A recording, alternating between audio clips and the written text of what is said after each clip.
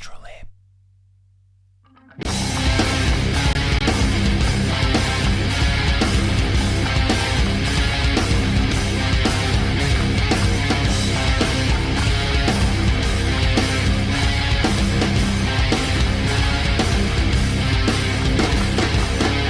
Time to end this suffering. I need a minute to myself. So I drift away. You will never get to me. What can't be done, I'll do myself. So We're going to win so much, you may even get tired of winning. And you'll say, please, please, it's too much winning. We can't take it anymore. Mr. President, it's too much. And I'll say, no, it isn't. We have to keep winning. We have to win more. We're going to win more. Look at our great peacemaking president. What's going on, everybody? Let me know if you can hear me. Technical issues out the wazoo tonight. Latest lab ever. This is what I get. I have to just not say anything. I can't say, hey, I'm hoping to get back on a normal schedule starting next week, because then it definitely is not going to happen. I jinxed it. Good. I'm glad you guys can hear me. Oh, yes. Thank you for the reminder. Let me throw the tip link in here. The tips link is working again. Tip link. And let me type it out here. tips.kingpill.com. It is there and pinned. And you know what? Before we get into anything else, we already got one that came in. We're starting off with an alpha male alert. Let's go. Howie Snowden, the Patriot. Oh, how anticlimactic. It didn't work. What's going on here? Come on. Let's go. What's the deal here? Okay. So fix that. That can work again. Here we go. Does that do it? Here comes the There it is! Here we go. Money talk. Here comes the money. Money, money, money, money. Dollar, dollar. Dollar, dollar. Ching, ching, bling, bling. Cut the chatter. You ain't talking money, then you're talking no matter. Thank you, Howie Snowden, for the $100 tip. You, my friend, are a patriot, and you get an Erica. Auf der Heide blüht ein kleines Blümelein. Und das heißt Erika. Oh, man. What a good way to get things started. Thank you, my friend. I appreciate you. He said he's a government contractor, so he's working 50% of his schedule right now, given the government shutdown. Hopefully that doesn't mean your pay is compromised. I've got some family members who are government workers who are continuing to work. Their schedules have not changed, but they just don't get paid.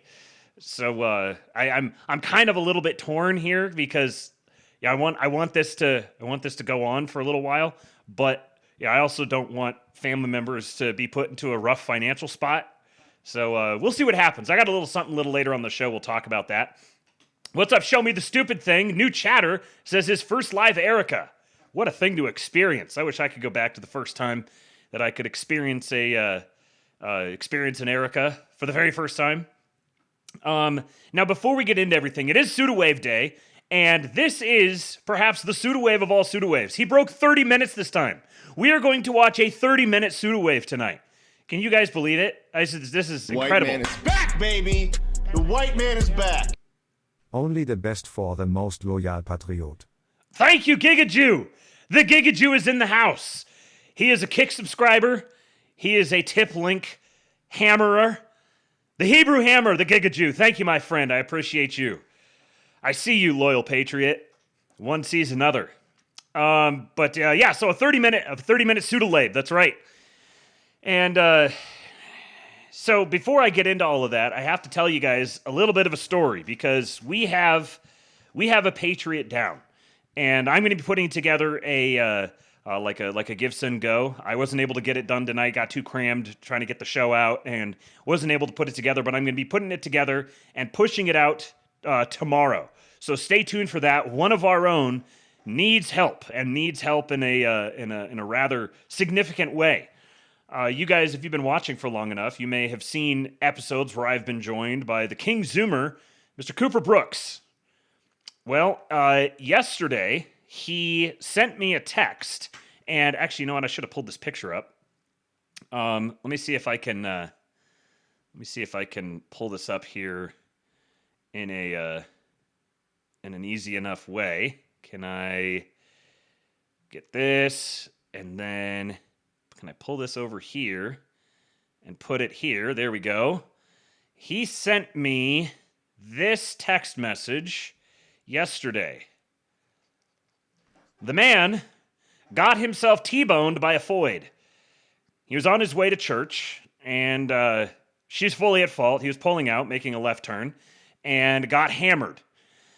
He's going about 40 miles an hour. Seems like she was probably on something. Totaled his vehicle.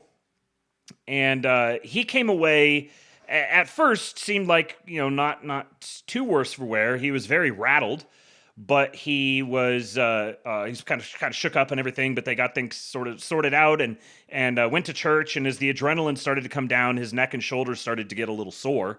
So he decided to go into urgent care and get checked out. If for nothing else than to have a record for the accident, make sure he was doing okay. He said there was something at the base of his skull that was clicking when he turned his head. So he went to get that checked out, and they ordered a CT scan for him. Now, he is currently in the process of joining the military. We have got ourselves a young patriot who just wants to serve his country and serve our president.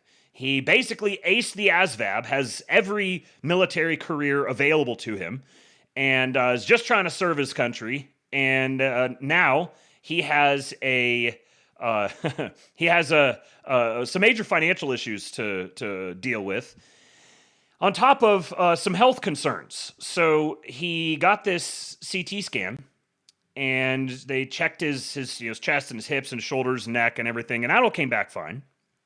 However, he has a mass in his head, right behind his right eye.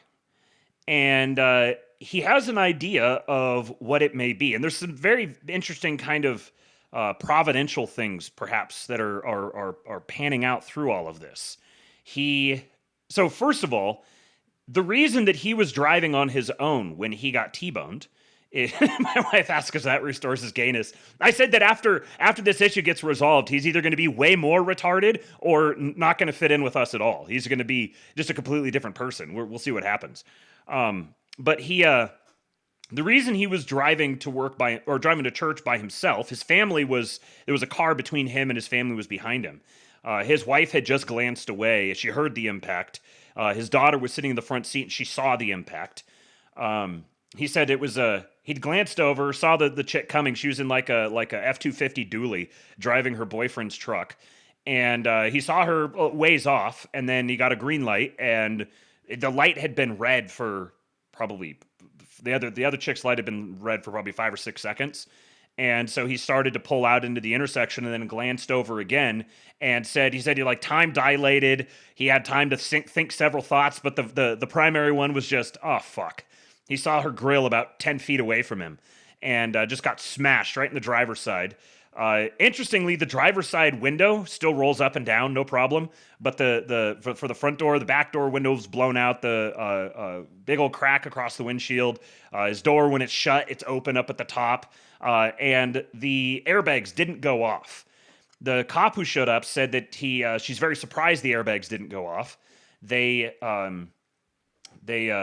showed him a scar that she had from being in an accident and the airbags fucking her up.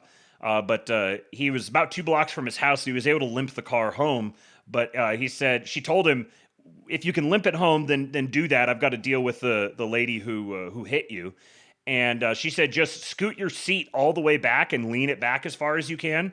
And take your glasses off and lean away in case you hit a bump and your airbags decide to deploy. You don't want to get popped in the side of the head by that. But so he's able to get it limped home. And he goes in, he gets the CT scan, comes back. Welcome to the Gulag. If you survive, you earn your freedom. Shout out Creek Dweller, new subscriber. Thank you, my friend. Thank you for subscribing and supporting the show. So he goes and gets the CT scan, and there's this mass behind his right eye. Now, if you've seen him in person, you've met him before, you'll notice that his right eye, his eyelid has always been sort of half droopy. And he just was kind of like, this is just how it is. It turns out about 10 years ago, he had his little girl with him at the time. She's about 18 months old. He was cleaning in this house, and there was a candle, and next to the candle was a figurine of I think he said Paul Revere. He had like a rifle with a bayonet on it, and it was kind of low light. He bent down to blow out the candle, and the bayonet from the little figurine went into his eye socket, and he hit the deck. It was like holding his eye in the fetal position. He said it felt like he got punched in the face. He's holding his eye and bleeding and everything, and his daughter comes over and starts climbs on top of him and like she's riding a horse. He's like, no, not right now. So he'd gone into the doctor at the time and got it checked out, and apparently it had punctured the back inside of his eyelid. But there wasn't really anything they could do. It didn't affect his vision. They gave him some eye drops and some antibiotics, and then it just healed up. But he had this droopy eyelid, and he figured it's just because, there's like scar tissue in the eyelid or something like that. But end of last year, he had to get glasses, and because he's got 20/20 vision, but at the end of the day, his eyes he'd start getting like a mild headache, and his long distance vision is kind of fuzzy around the edges. So he suspects this mass that's behind his eye is he says it's probably about the size of an almond, and it's ovoid. It's like an oval shape, and it's very smooth around the sides, and it's darker than the surrounding tissue, which he said if it was a tumor, they told him it would likely not have like the smooth sides that it does, and that it would be lighter than it is. So he's kind of crossing his fingers, guessing that it's a fluid sac of some kind. I'm wondering if when the bayonet went into his eye, if like a little piece of it broke off, and maybe his body developed a fluid sac around it, and perhaps that's been pressing against his ocular nerve or something, and that's what was causing the headaches. But anyways, he's got an MRI tomorrow that he has to go. He's going to go get it checked out. He called they referred him over to this ophthalmologist, which is actually the ophthalmologist that he saw when the first thing with his eye happened. So they've got all this stuff on record. But when he read off the ER note to the receptionist with the tech standing right there, she got a little excited. She was kind of like, yeah, we'll get you scheduled in as soon as possible. And at that point, he was kind of like, okay, well, I wasn't really concerned before, but maybe I'm a little concerned now. Hopefully all is well. It's just it's just like a fluid-filled sac of some type. I don't know. He doesn't know what the protocol will be in either case. But so the situation he finds himself in now is he has. He and the family, he's working a blue collar job that, I don't know, a decade and a half ago, his wage would have been nice, solid, comfortable. Especially they live within their means. They live simply. Would have been just fine. As it is now, it's just they're like paycheck to paycheck constantly, can never get ahead, and he's forced to pay for this health insurance that it's a high deductible plan. It's something like $10,000 or $15,000, and so we told him that he should just do cash pay for the MRI because it'll probably be a lot cheaper. But either way, between the hospital bill, the truck he had was an old beater. It was an old Jeep that was on its last legs as it is.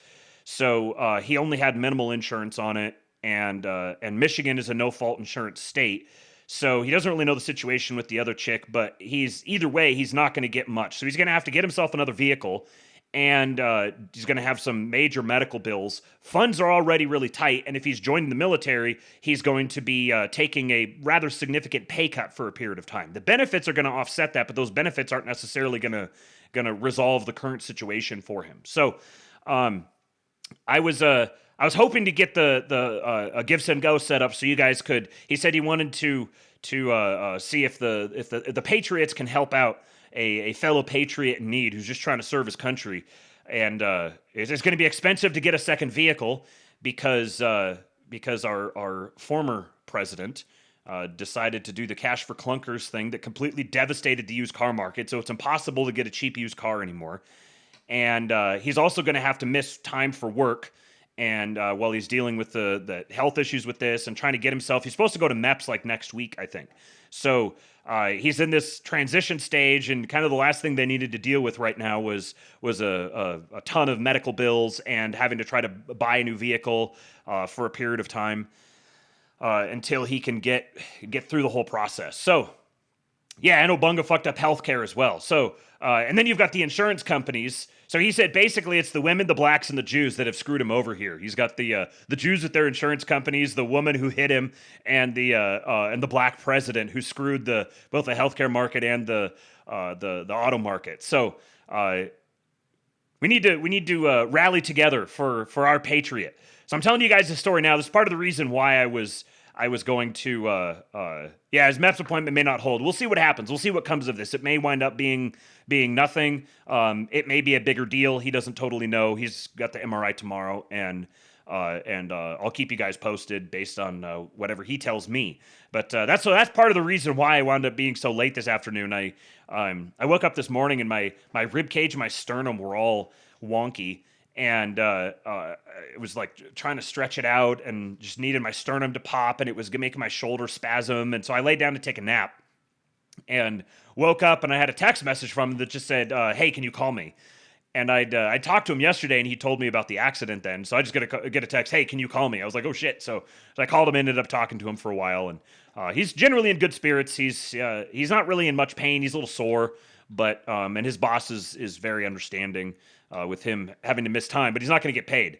But the other part of the story was the reason that he was driving by himself with his family in a separate vehicle is because his the company he works for, the main office, which is an hour or so south of him, all the guys that work there are union. He is not union, but all the guys down there are union. They have been threatening to strike for a while, so he and his coworkers at his office were on call.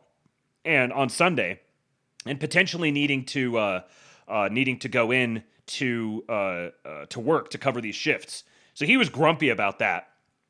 And but it turns out if that hadn't been the case, he likely would have had the whole family in the vehicle with him.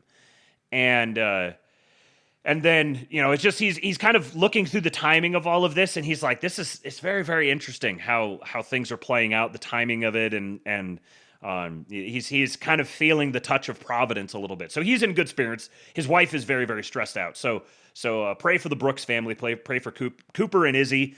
And by tomorrow, I should have a link for you guys if you want to contribute to help him out in this period of time. Then that will be I'll get that set up and posted tomorrow. Anyway, so that's part of why I was later than I wanted to be here today. But I just realized that I lost my first tab here. Where did that go? It's right here. I got it. All right, so don't have any other housekeeping apart from the tips link. I was able to fix it. It was Kick had changed, Streamlabs had changed up the link on me, so it was just directed to the wrong thing. Got that fixed. I think it was ER Hank maybe in the chat that was diagnosing it. If that's who it was, if I'm remembering correctly, you nailed it. That's exactly what it was. I was able to get it fixed after the stream yesterday or on Friday. So that is good to go. You can tip your streamer now.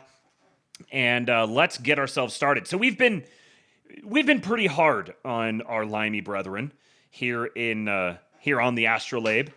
Some of it's all in good fun. Let's get the lip pillow going here. We got the Trump Punisher, the Punisher with the Trump hair. Much of it is in good fun, of course, but I think it's worthwhile mentioning that our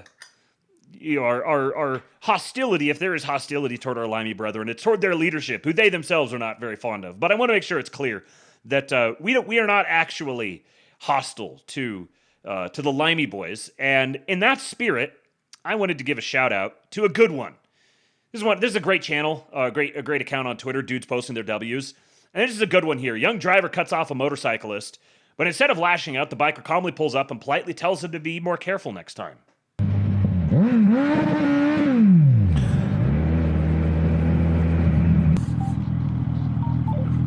Battery status. Hey, mate.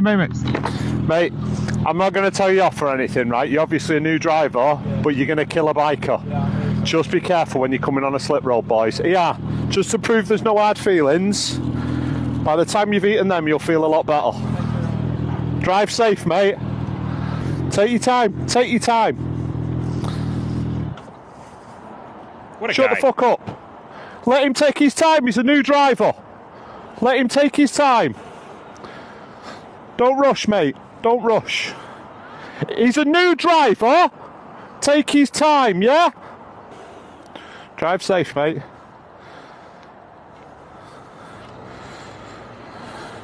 He's a new driver. Leave him alone.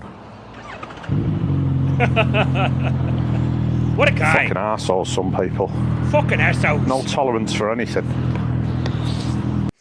You know, I've seen so many of the videos where either the biker is a total dipshit that is just thinks he owns the road, or the person who's driving is themselves a dipshit and has no consideration for him. So seeing one like that, I like these accounts that are just posting happy slop.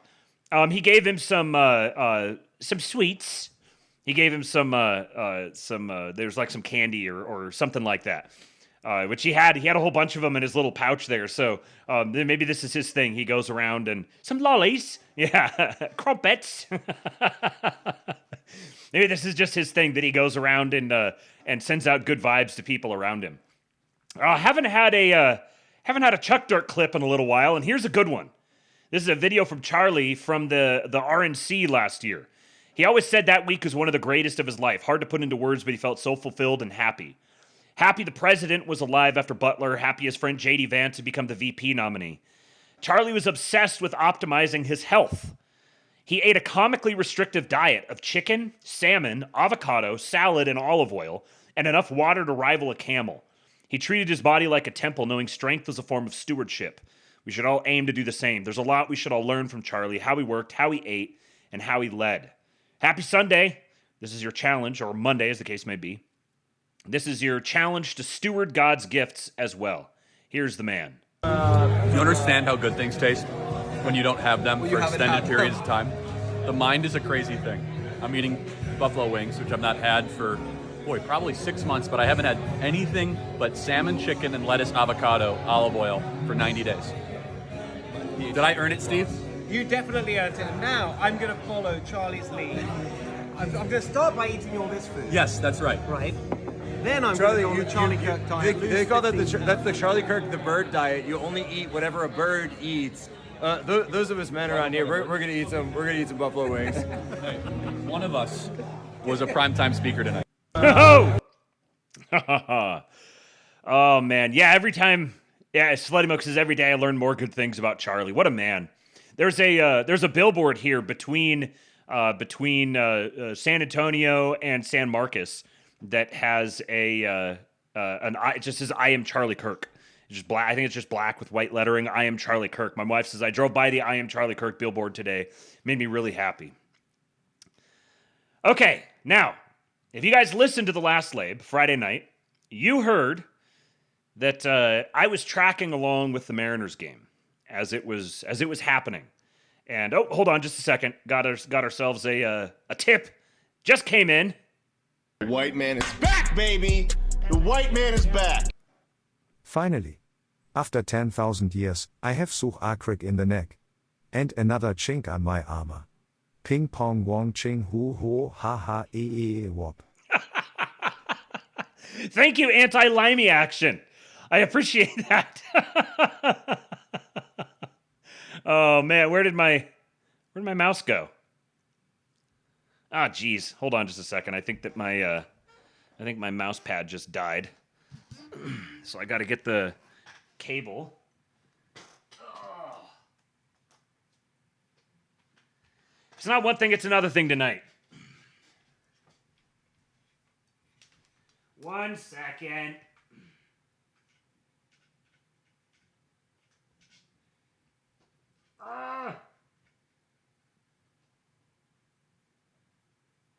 There it is. Jeez. My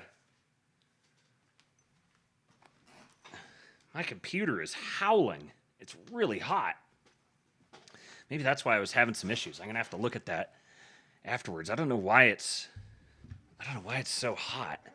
It's Star Spangled Shorts. I'm wearing the Patriot shorts tonight.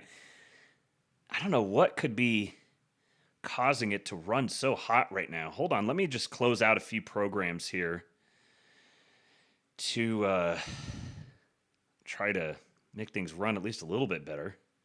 I'm not going to need that. I'm not going to need that. Make sure I don't close Streamlabs. That would not be so better. Close the passwords app. None of these things are really like... Welcome to the Gulag. If you survive, you earn your freedom. Thank you, JSizzle209, resubscribing. And Creek Dweller. I just saw Creek Dweller just popped up over here. Thank you, guys. Thank you for resubscribing. All right, got some programs closed out. Hopefully I don't have any more technical difficulties tonight. All right, so I was following the Mariners game as it was happening the other night, and so as soon as the lab was over, I had no choice but to go down and immediately watch all of the highlights, and it was glorious. I mean, 10-year-old me is just beside himself, just absolutely beside himself with glee. I've had this building sort of, like I said in the last stream, it's like I've been in an abusive relationship, so I've got some cynicism, but it was just so good to just sit there and watch the clips and the highlights. My dad was texting me. He and I were just texting clips back and forth and reliving the glory days, kind of, but now we get the glory days again. There's just been so much disappointment and cynicism, and it's been a rough ride. I've almost completely checked out on the team altogether multiple times. And you know what? I'm ashamed of myself. I am ashamed of myself. I talk about loyalty, and when the going got rough, I showed disloyalty to my team. I cannot. I am ashamed. I'm embarrassed. And so I'm dedicating this next little segment here. I'm going to share some of the stuff. And you guys who don't sports ball, maybe we got some Tigers fans out there who are sad, or some Angels fans, or some Rangers fans, or some Astros fans. Perish the thought. You guys are just going to have to suck it, because we're going to enjoy this moment. Here is the moment. So it was a 15-inning game. Longest elimination game in MLB postseason history. Tied 2-2. They tied the game in regulation, and then just went to extra innings, and it just went on and on and on and on and on and on. And then in the 15th inning, they won it in a walk-off. Here is the winning hit. I'm going to show you guys just the broadcast angle of it. And then I'm going to show you another angle, because everybody that came away from it was talking about how indescribably loud that stadium is. 3-2. Polanco sends it into right and will send Seattle to the American League Championship Series for the first time in 24 years. 24 years.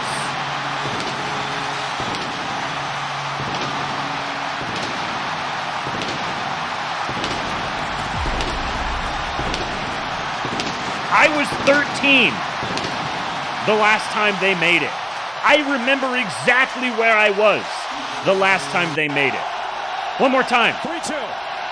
Polanco sends it into right. Listen to that pop. Seattle to the American League Championship Series for the first time in 24 years. Now listen to this angle here. Just the crowd was insane. By the 15th inning, in most games, most crowds, like, they're gonna be running out of energy, especially one that was just dragging on like this. They threw, after the 8th inning, the Mariners pitching staff threw 100 pitches after the 8th inning. Listen to the pop here.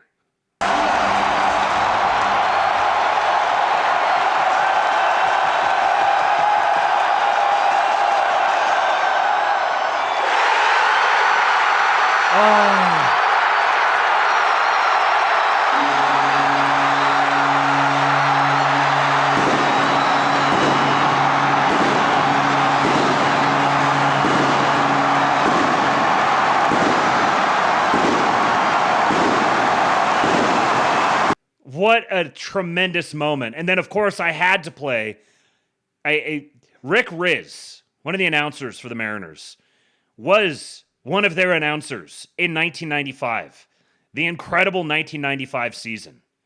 He was one of their announcers then, one of the voices of my childhood. They had Dave Niehaus was the play-by-play guy for so long.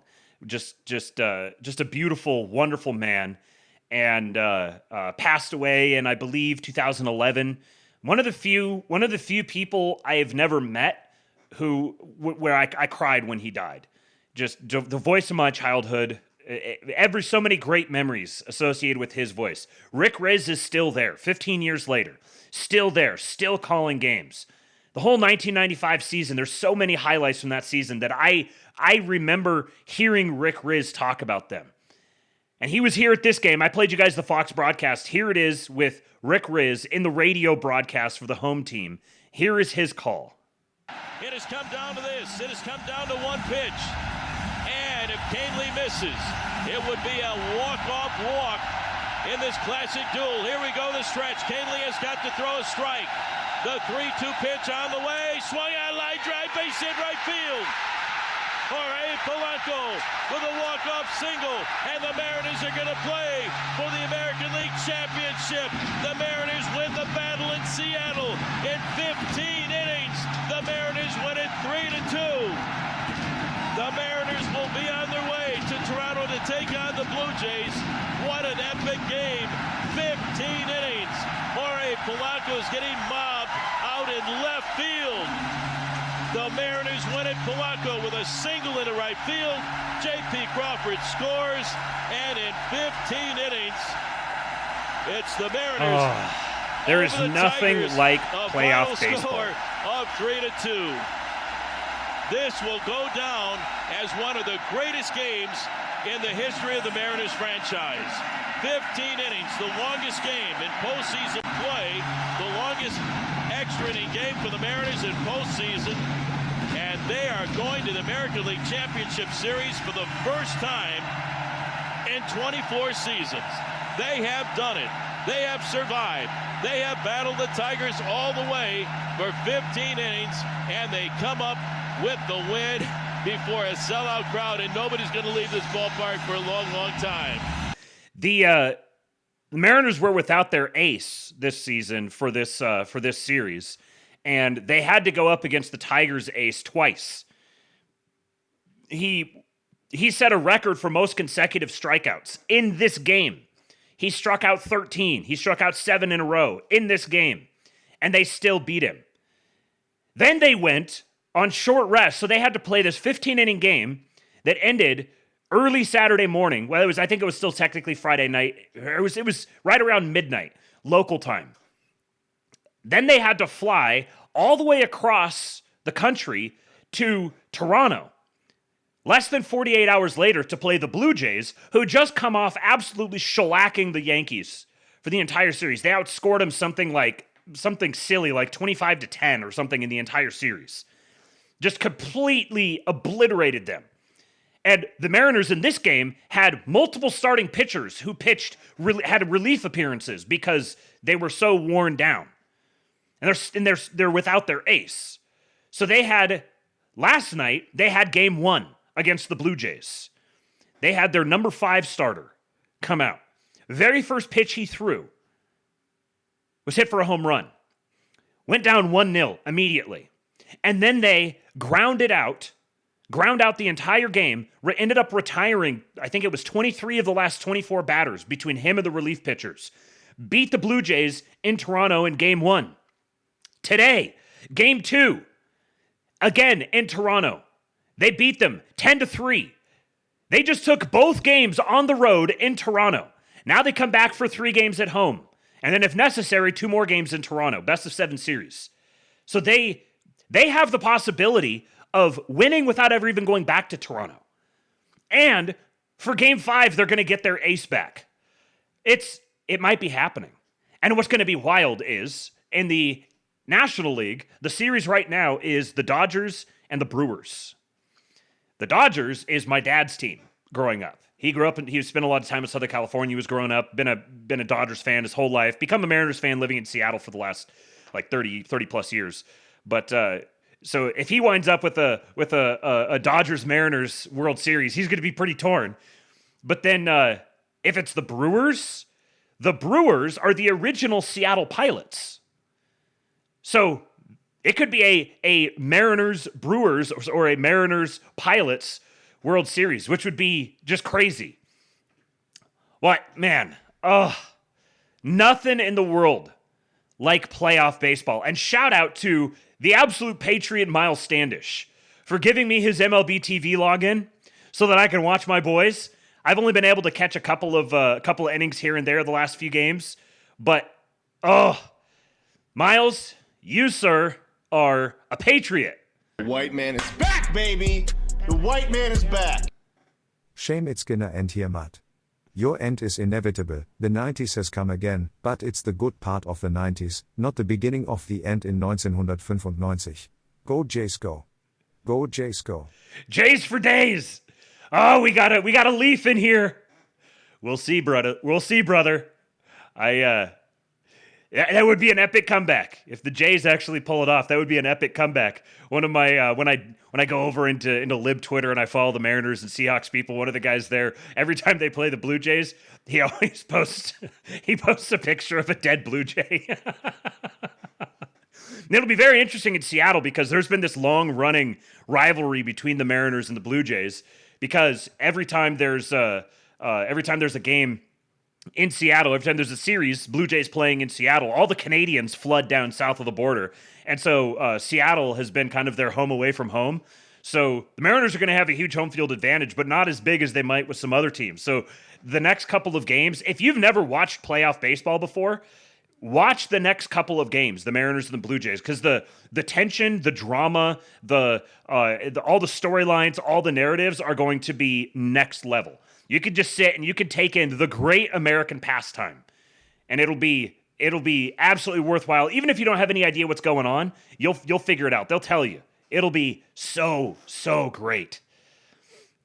Augustine says, talk more about baseball, somehow relaxing. Oh, I could spend so much time talking about baseball.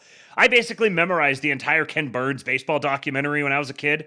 Started watching it when I was, I don't know, like 5 or 6. And yeah, I know Ken Burns, whatever. That's like ASMR to me. Just sitting there listening to the whole history of MLB.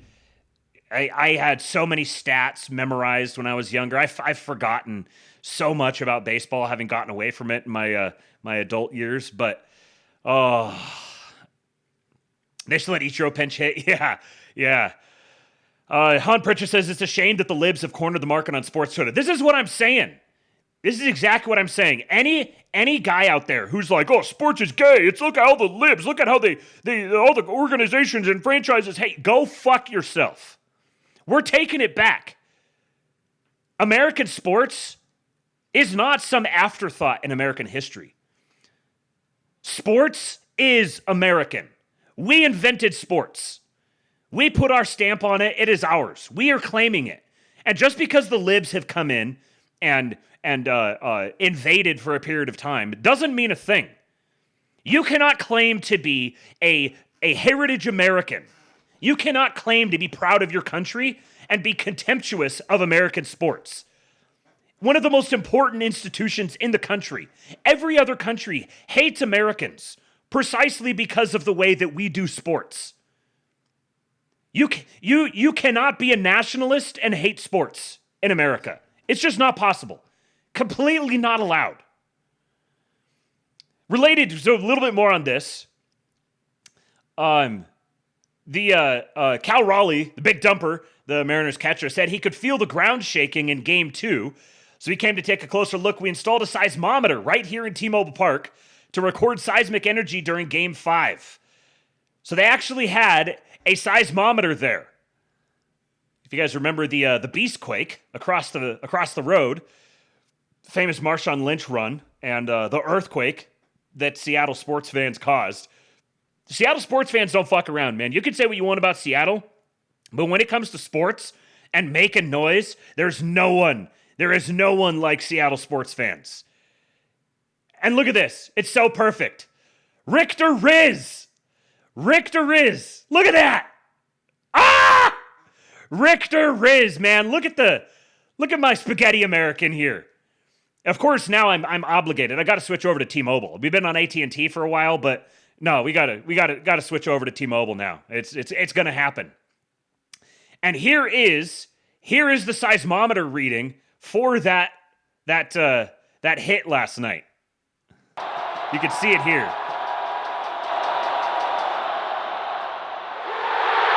There's that huge spike, and then the sustained noise afterwards.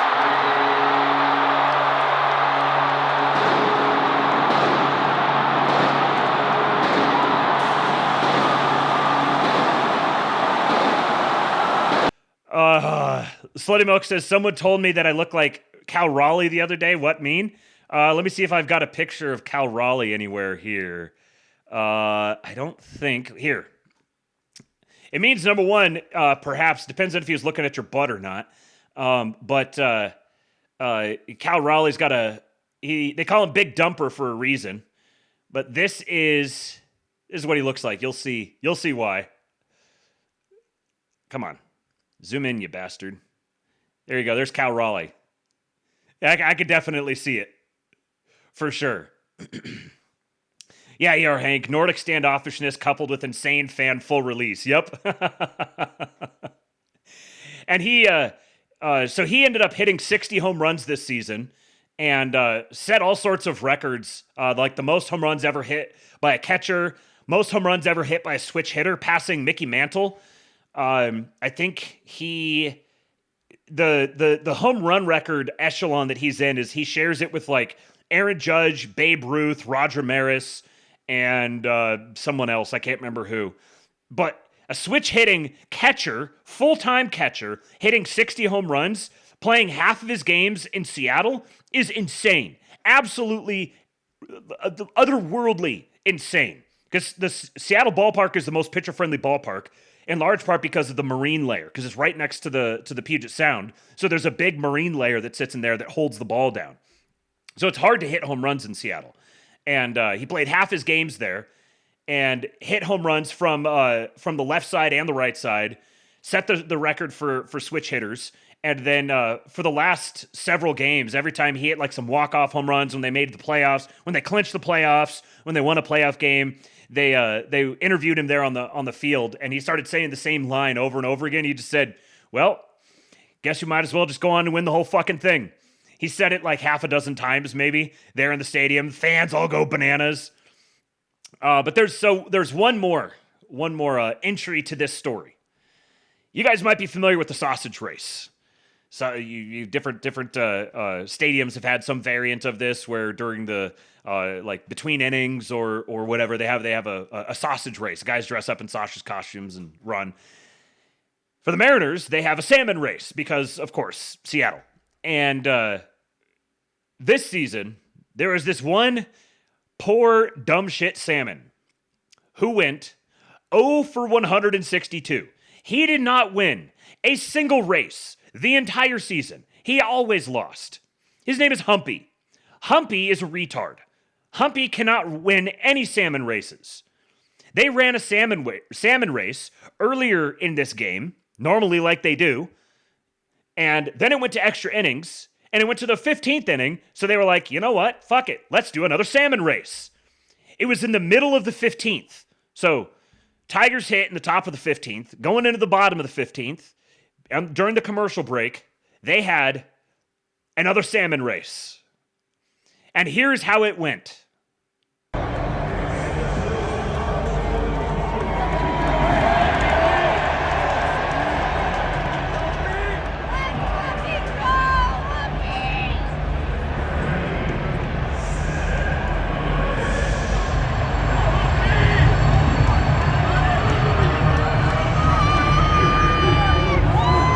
Humpy in the back, as usual.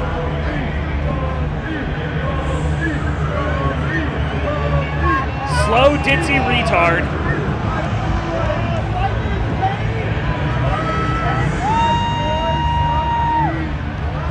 Uh-oh. fight breaking out in the salmon race. Come on, Humpy, you bastard. Yeah!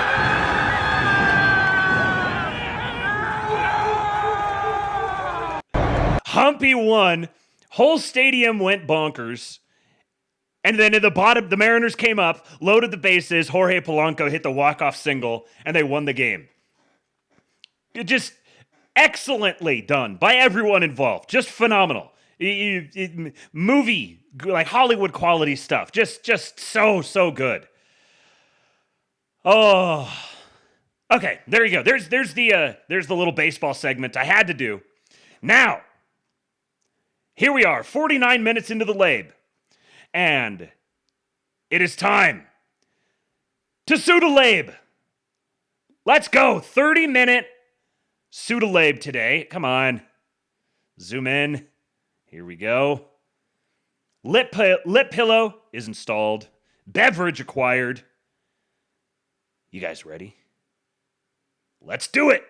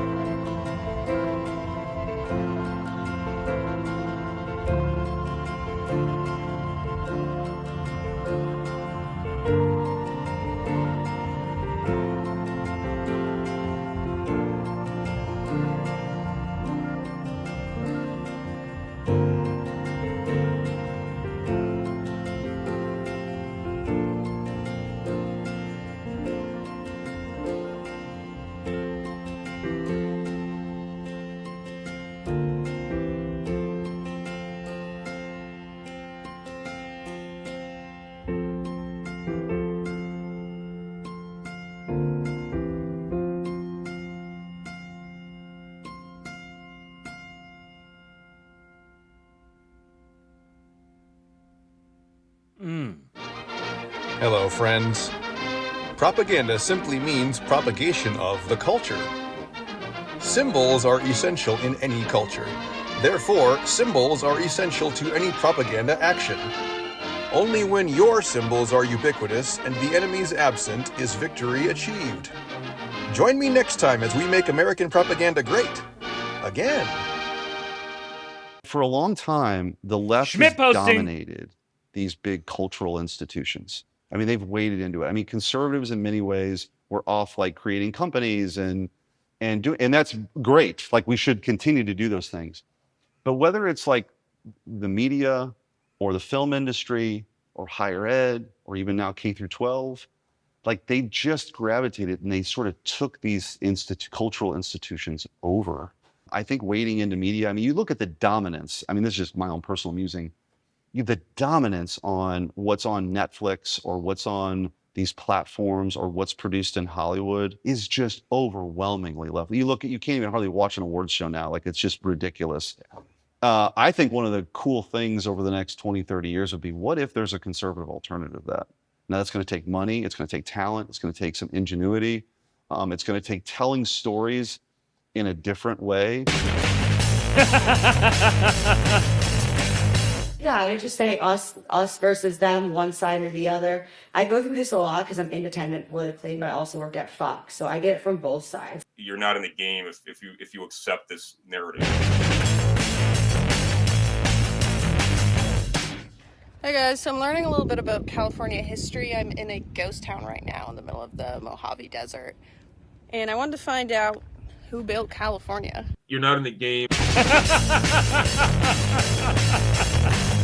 I feel like from now on, things are going to radicalize on both sides unless some people deliberately and actively participate in creating respect. I tell people that they're not in the game unless they can get beyond this. I spent my youth debating guys who were like actual mouths. You know, who like threw Molotov cocktails in the 60s because they were insane. These guys were incredibly bad people, but they were also very smart. They weren't morons whose life revolved around their penis. Let's talk real quick, you all, about what fascism looks like in our schools. The N-word!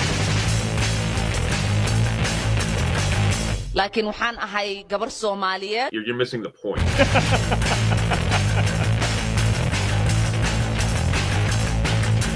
I was just fired from my job! I was just fired from my job! I was just fired from my fucking job! I was just fired from my fucking job! Now I have nothing but this! You're not in the game. Your whole notion is... It's like, where is this left-wing intellectual?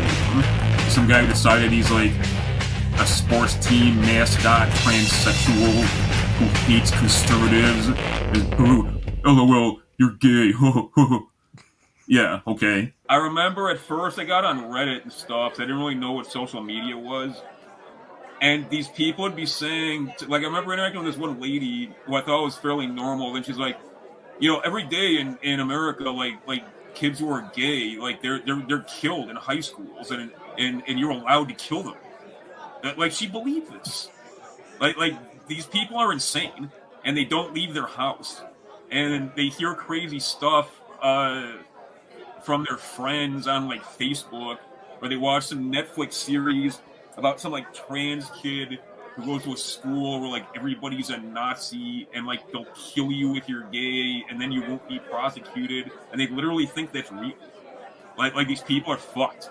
Like nobody thinks that way. But they're not in the game.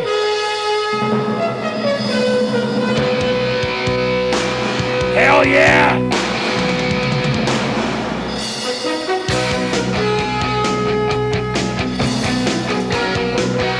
It's a banger!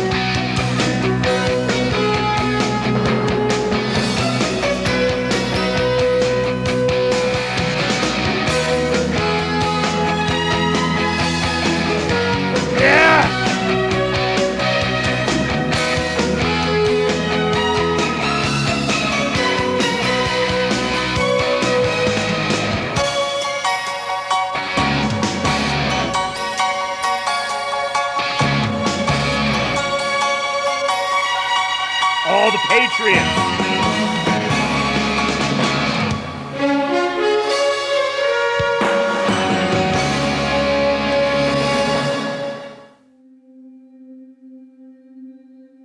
How I got to where I am was because I was the guy that looked around, found the powerful boomers whose kids didn't give a fuck what dad did for work. That guy doesn't get to tell his stories to his sons. His sons don't give a shit. He doesn't get to pass on his relationships with people that actually run shit. So who is that guy going to pass on these relationships to? Because if he doesn't, they die when he dies. I was the guy. I wanted to hear those stories. Did I really want to hear those stories? Not as much as I may have let on, but I'm really glad I did hear those stories. And now I'm in my mid-30s, and I can pick up the phone and have a senator answer my fucking phone calls. I didn't do the work to do that. I got introduced to that person by a person who did do the work. I'm the son that this guy, thought he was going to have. If something really goes my way and I knock something out of the park, I have a dozen boomers I call that couldn't be fucking more excited. They're more excited than I am excited. Befriend a boomer. Because A, they're proud, and B, in some varying capacity, they played a part in that. These men are interested in my career development. They want to see me successful because they don't have anybody else to do that with. And this is the biggest problem. When these fucking people die, their relationships, right? So their human capital, their physical capital, their business, the relationships that their business had with suppliers, with distributors, all of this stuff goes away. When they're gone, their kids don't give a shit. And that person is worth a tremendous amount. Right, so the whole dialogue in our spheres about boomers is wrong. They are too dumb, yes, to understand politics, because they lived at a time where politics just fucking worked and you didn't have to pay attention. Only now is politics trying to literally ruin our future, and we have to pay attention to it. So you can't really fault them for not knowing anything about politics, because you wouldn't want to know anything about politics if you didn't have to. These people just cared about success. So if everybody in our scene is, bitching about how little success they have in life, well, go take it from the people that have it. I guarantee every single person that's listening, there is a small to medium-sized business within 10 miles of where they live who is owned by a boomer who either A, doesn't have any kids, or has kids that don't give a fuck, and his only option is to hire a bunch of, Mexicans or whatever, who also don't give a fuck about him, probably don't even speak the same fucking language. Go there and apprentice. Literally just being interested in what these people have to say will be the highlight of their fucking year. And you will be amazed what that person goes out of their way to do for you. Tax wave!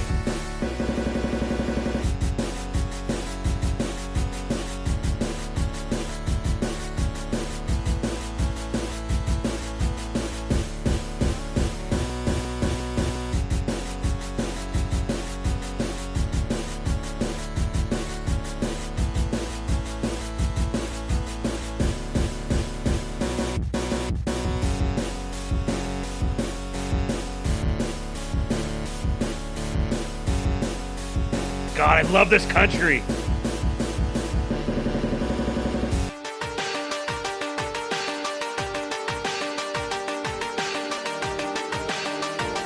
A double pack sway.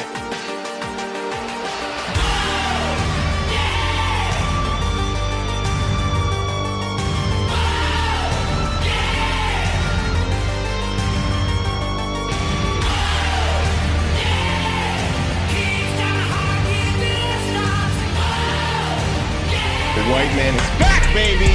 The white man is back!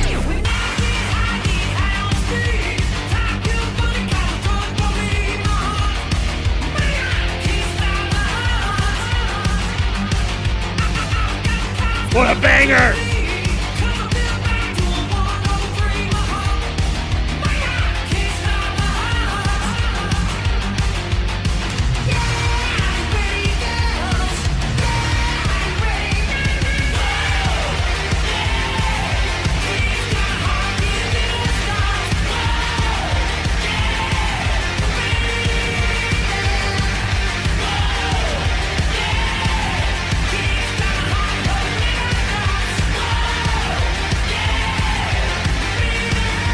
Yeah, Trumps are maxed out tonight.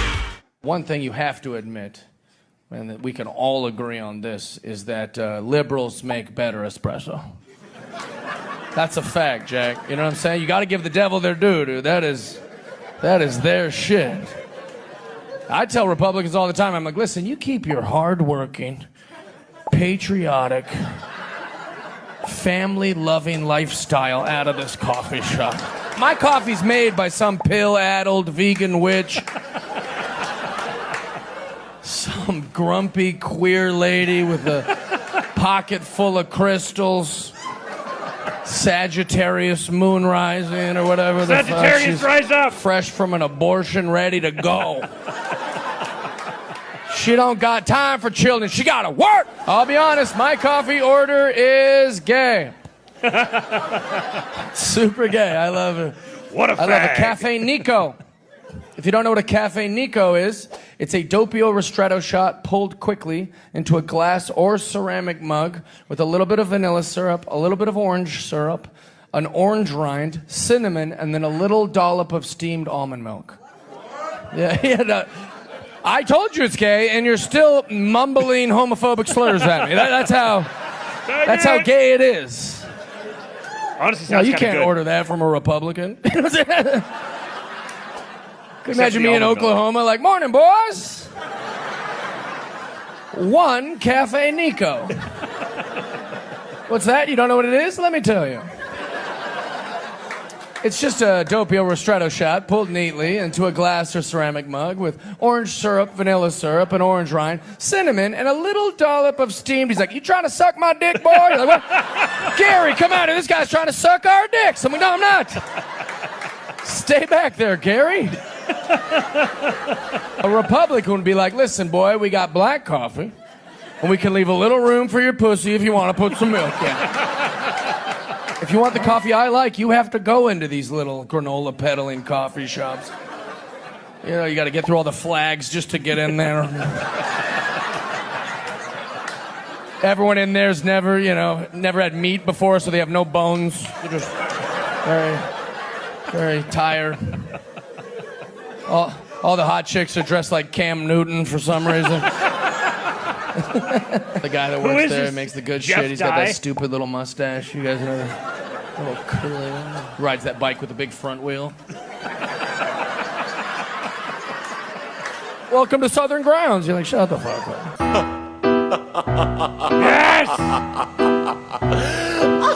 Burnham posting! Oh, Burnham, that is. On the 10th day of the government shutdown, the director of the Office of Management and Budget says federal firings are now underway. Look Russ at my Vogt kicker, just Russ. tweeted the following one-line sentence. He said the rifts have begun. It's, of course, an acronym that means reduction in force or terminations.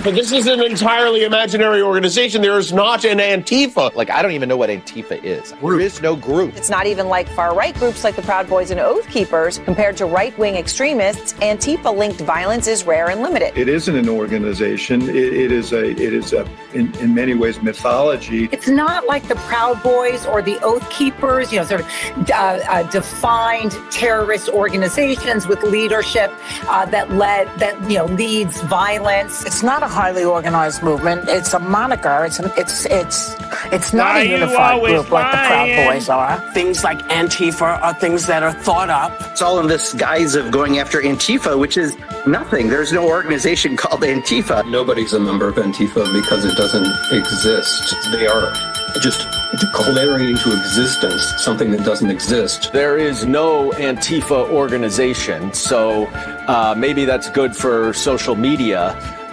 but it really is non-existent. They exist on the internet in chat rooms and in 4chan and Discord and places like that, where they run discussion boards, trade tactics, documents, things like that. But none of them are called Antifa. They're giving to the people who are supporting these people. I mean, I could go on, and we haven't even gotten to the crowdfunding platforms. You have ActBlue and Patreon. You have Fundraiser, the Action Network. Then you have book sales. Book sales. Oh yeah, book sales like the college professor that produced the Antifa handbook. It's Mark Bray there on the screen. He teaches history at Rutgers University. Turning Point is demanding the school fire him because they believe he's a member of Antifa. What is that? Well, the White House declared it a domestic terrorist organization, so they don't believe that this guy should be on campus. Bray tells the New York Times, "I'm not a member, I just study it." Well, look, I hate to say it, Sean, but Democrat leaders are siding with the domestic terrorists. Antifa Look at my Giga is Jew. waging, as I explained in that clip you played, daily violent assault against ICE officers. They are attempting to physically prevent ICE officers from doing their jobs, using every means imaginable, including, of course, as we saw just a few weeks ago, attempted murder. And then we saw a few days ago another attempted murder through a vehicle ramming attack. It is unceasing. Day after day, night after night, Antifa terrorists, as was explained to the event in the White House today, are trying to kill ICE officers, attack ICE officers, threaten their families, dox them, and do everything in their power to try to prevent Immigration and Customs Enforcement from getting violent criminal aliens out of this country. Now look at what happened by contrast in Washington, D.C. When President Trump's program was put in place, when local leadership embraced the Trump plan, the Trump program, what happened, Sean? It's never been more peaceful.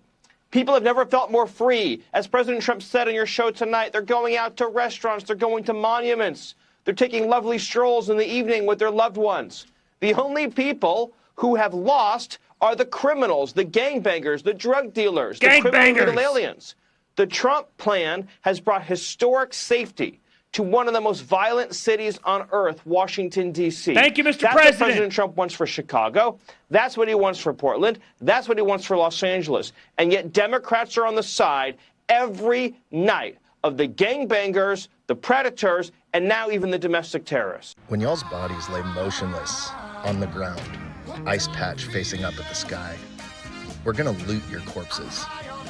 And I can't wait to see those videos.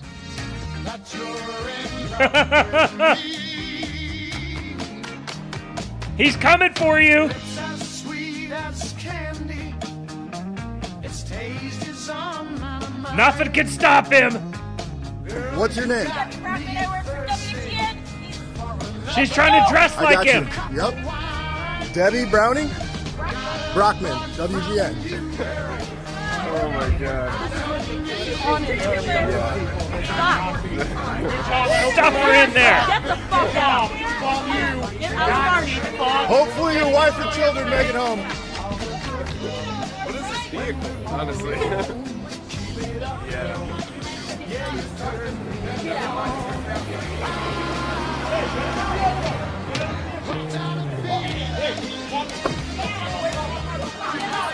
Prepare the minivan attack.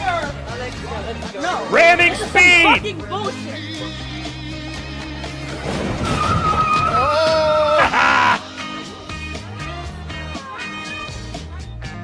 stupid Democrat.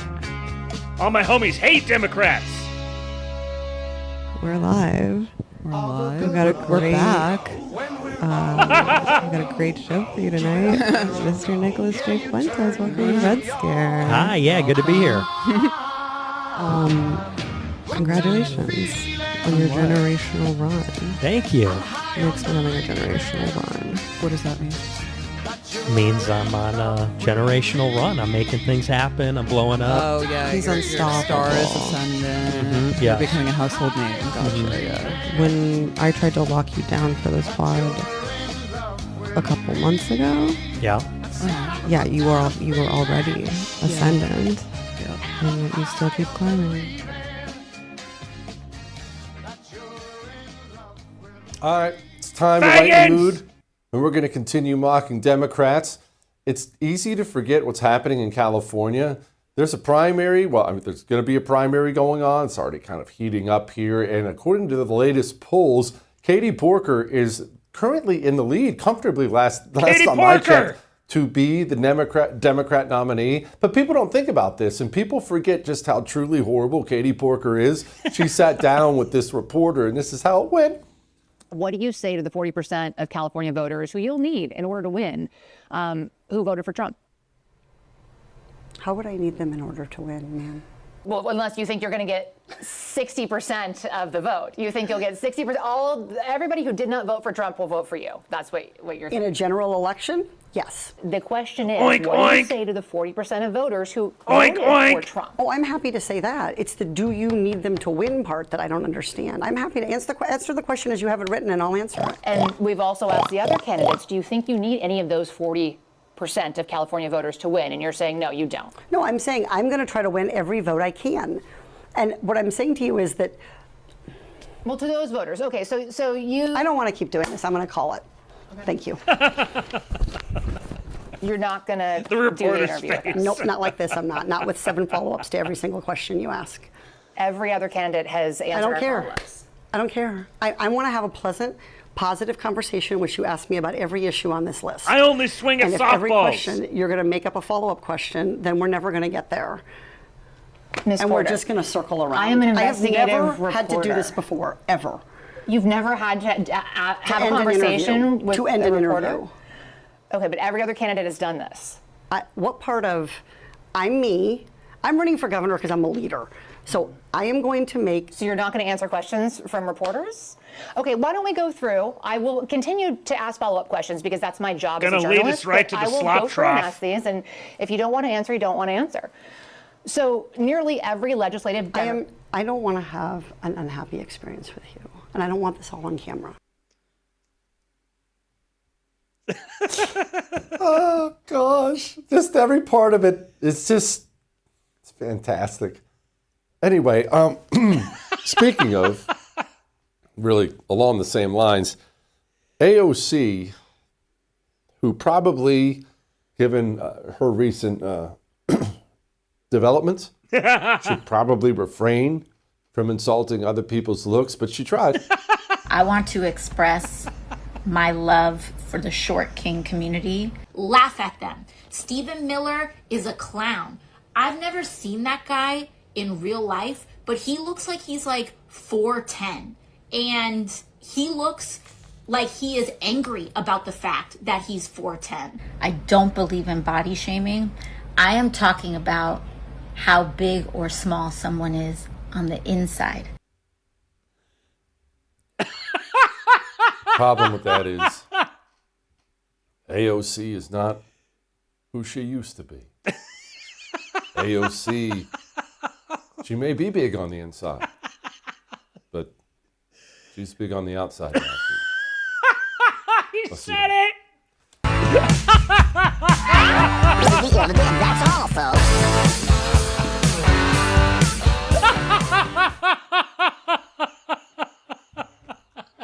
Yeah, that's all, folks. Oh my God. Oh man, what a SUDAWAVE! 30 minutes and 19 seconds. Legendary. My man, You keep outdoing yourself.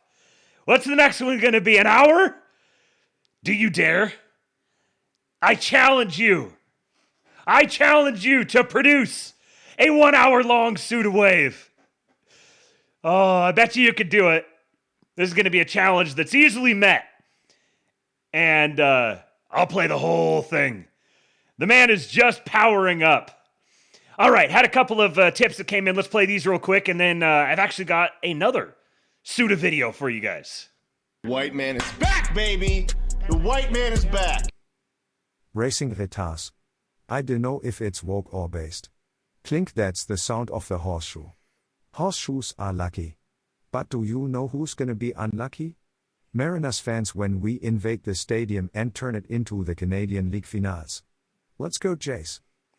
All right, I'm calling it now. Tom Homan, we're going to need your services in Seattle. There's going to be a couple of games coming up at T-Mobile Park, and rumor has it that a bunch of foreigners are going to be invading. It's going to be like fish in a barrel. Get them! Go get him, Tom Homan. We're calling you now. The white man is back, baby. The white man is back. No fucking way Thomas 777 is in his mid-30s. The guy looks older than my dad. Gotta get those boomer books. If you slay a boomer you get their power, I hear. Take IT from the people WHO have IT.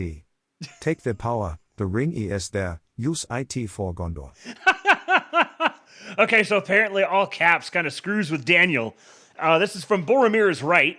No fucking way Thomas 777 is in his mid-30s. No, Thomas is like 50, I think. The guy who said he was in his mid-30s was Stormy. That voiceover about the boomers, that was Stormy Waters. And then he said if you slay a boomer, you get their power, I hear. Take it from the people who have it. Take the power, the ring is there, use it for Gondor. Thank you, Boromir was right. All right. Now, we've got an interesting development here from Angel Studios. Mr. Andrew Isker, Bonaface Option on Twitter, says, have been begging for movies about colonial America for years. Angel Studios has answered the call and hopefully will make $1 billion. Look at this. Look what Angel Studios has come out with. I'm actually kind of looking forward to seeing this because I'm cautiously optimistic. What happened, Washington? All those bullet holes in your jacket? How are you alive? I don't know.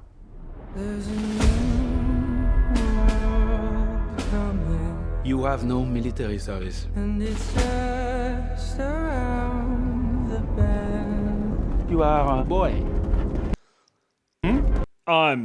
House of David, very strongly recommend. It was very good. I was surprised at how good it was. It's on Amazon, I think. And I went in with pretty low expectations, and there's some creative liberties taken with it, but the production quality is tremendous. It's very, very good.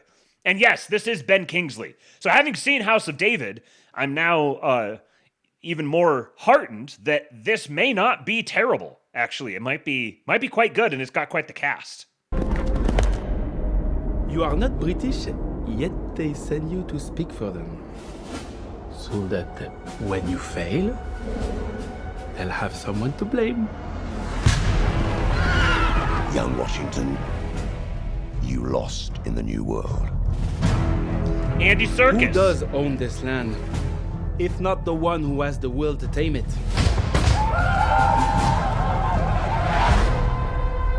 You do not want to start a war. What do we do? We fight!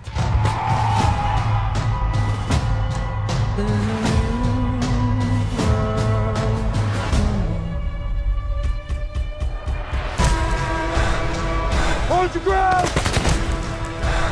There is no retreat! What are you called?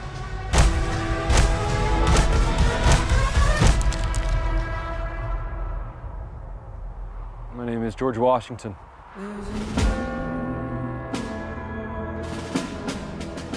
Help us make this the #1 movie on America's 250th. Pre-order tickets at angel.com/250. Exclusively in theaters July 3rd.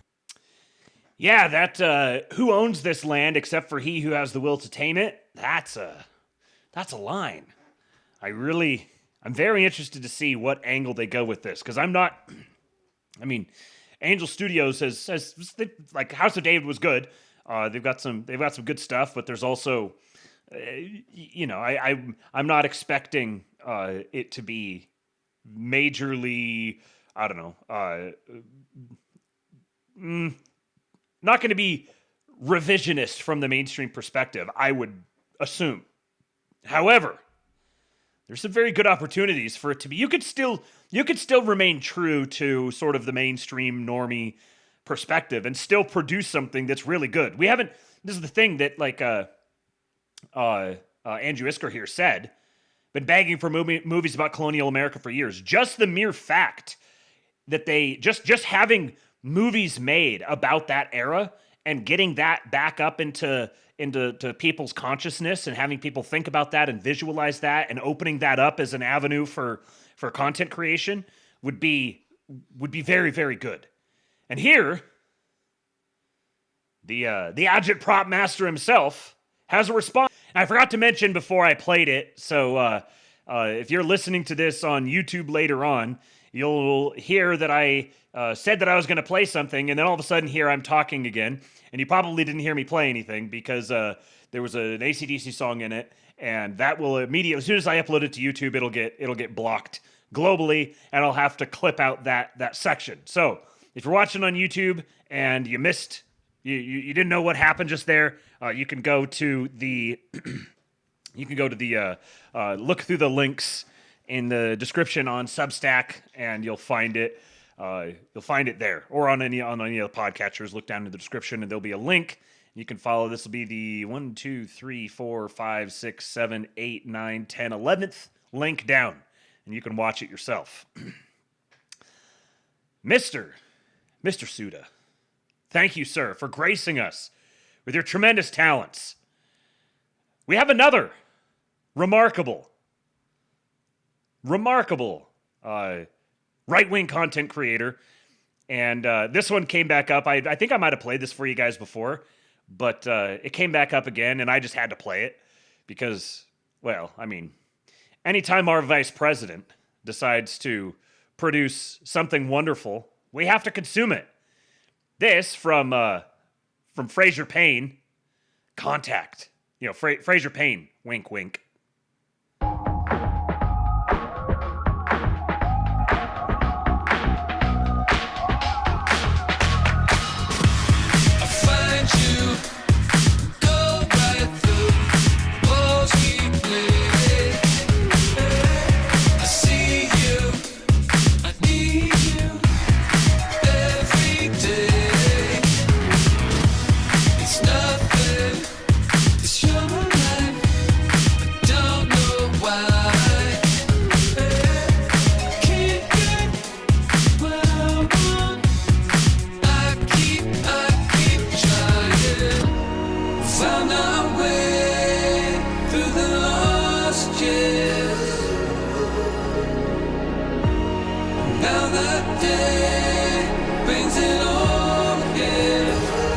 The Chudlians.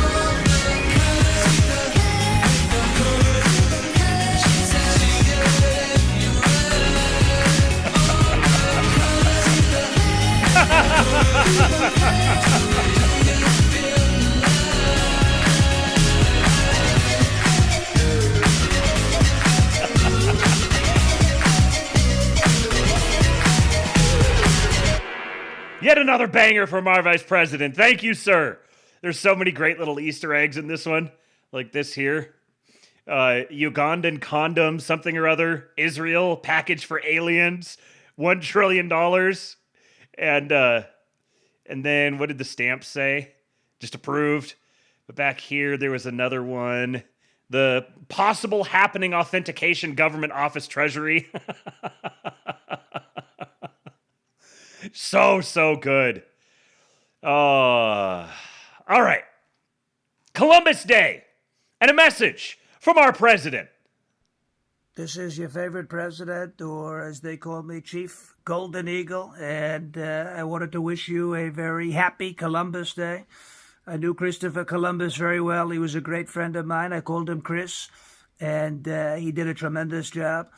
But the radical left-wing crazy Democrats want to call it Indigenous Peoples Day, and I get along very well with the indigenous people. They love me. They call me Chief Golden Eagle. They say, Chief, what are we going to do about these crazy radical left-wing Democrats like Lion Liz Warren? I call her Pocahontas. Chief Spitting Bull. She's a horrible person and a loser, and the only woman who has ever failed a DNA test. Nobody ever thought that was possible, but she failed a DNA test. What a disgrace. Jiggly Belly Pritzker. I call him Chief Eats Too Much. Chief Broken Scale. Every scale he steps on says, ouch, you're hurting me. Please get off. He's a huge guy. He keeps stuffing his face. He's a huge guy and a stupid guy. And Peso Store Obama. Right? You look at him in his sombrero. Oh, my God. El Hakimo, Chief Tiny Teepee. He has a very small teepee. I have a huge teepee. Everybody knows about it. He has a tiny teepee. You know what I'm talking about. And he ought to be ashamed of himself. And he is ashamed of himself. Chief Tiny Teepee El Hakimo. But we are sending out an executive order via smoke signal commemorating today as Columbus Day. We're making it Columbus Day again, celebrating my tremendous friend, Christopher Columbus, and all of his incredible achievements. So happy Columbus Day. God bless you. God bless America. And thank you for your attention to this matter. He might be the only person, Sean Farash, I don't know exactly how he pronounces his last name, Farash, I don't know, whatever.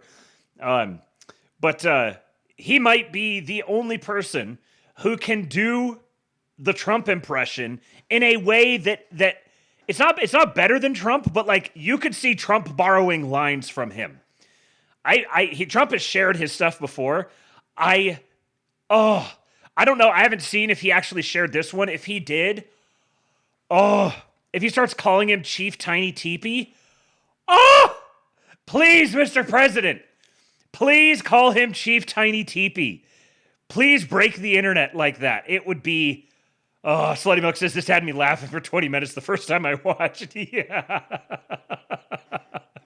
Every time he climbs on a scale, it says, ouch, you're hurting me. Speaking of our president, here's a fun fact for you. This is a very fun fact. On October 12, 1963, the New York Military Academy drill team participated in the Columbus Day Parade, led by Commanding Officer Donald Trump. Look at him. The future president was 17 years old. Look at my president. My president is a commanding officer and has been for almost his entire life.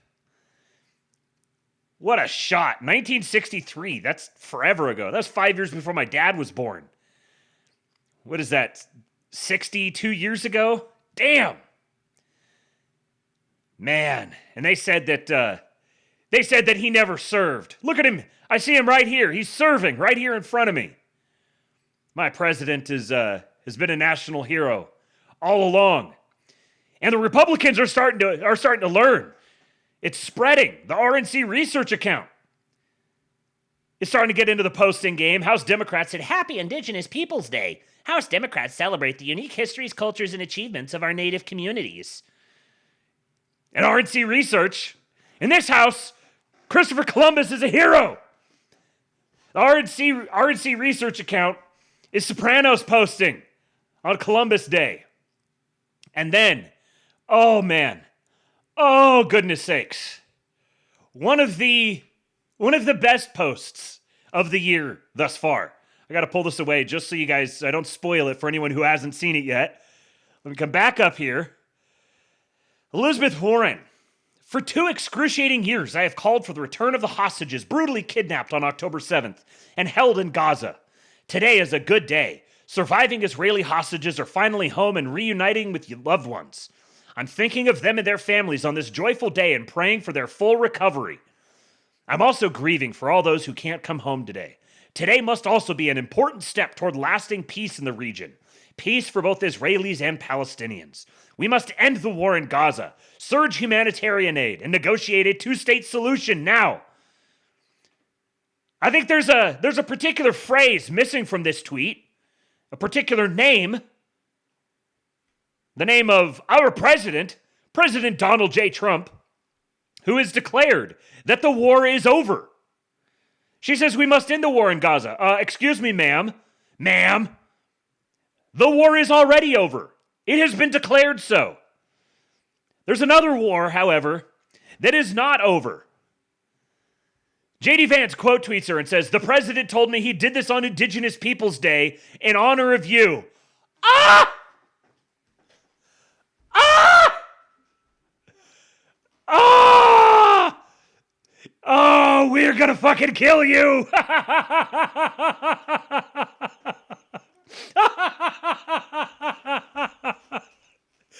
Oh, I would love to just see him sitting there, typing this one out on his phone and hitting send.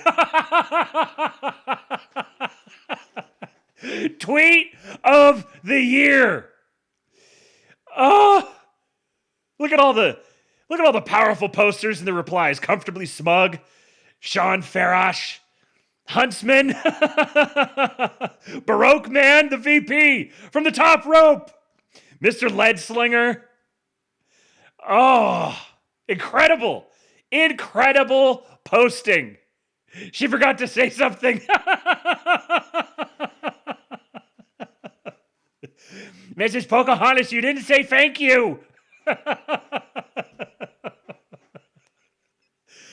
God, I love this timeline.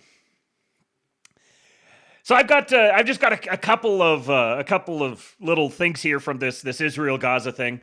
Don't have a ton of analysis on it just yet, because for one, I just haven't had time to really dig into it, and it's the sort of thing that I don't really think all of the analysis is really all that necessary. A lot of people want to dig into it and like evaluate all the details and how real is it and all of that stuff. In this particular case, I think it doesn't really matter all that much. What matters here is the headline. The headline. What the headline signifies, what the headline means. Now, I got a little bit of analysis here I'll share with you guys, but I got a couple of clips first. Here is Trump in the Knesset saying this. I have never seen anything like what's going on today all over the world. People are dancing in the streets, not just in Israel. They're dancing in the streets of countries that would have never danced in the street about what's happening today. They're dancing in those streets. Bragg nationalist says it's 2025 and Donald Trump is making dancing Israeli jokes in the Knesset.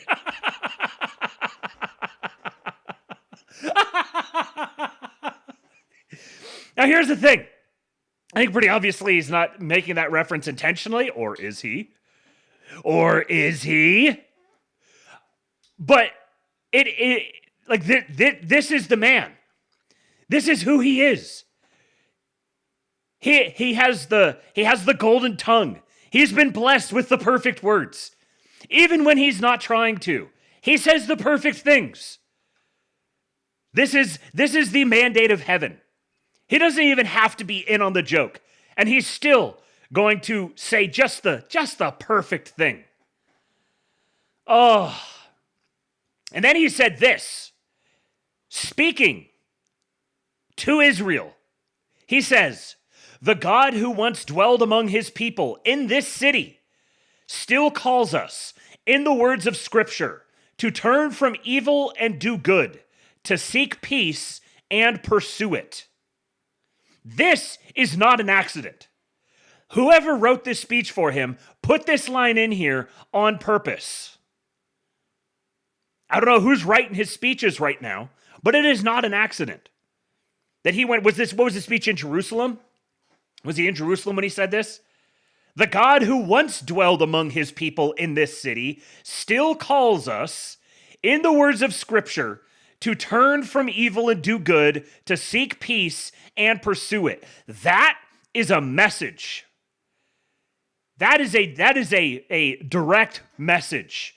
And again, I don't know to what extent like he's totally like read in on all of these things and totally understands all these distinctions. I kind of don't think he does, really. He's sort of above all of that. But someone wrote this speech for him and knew full well exactly what they were doing. Writing a speech for the President of the United States in Israel to refer to the God who once dwelled among his people in this city, referencing the words of Scripture. Oh, notice Nick Sabo here. Once dwelled, but no longer does. Uh-oh. Yeah, Slutty Milk. He said, Christ is God and he's no longer with you to a bunch of Jews in Israel. And you're blackpilling?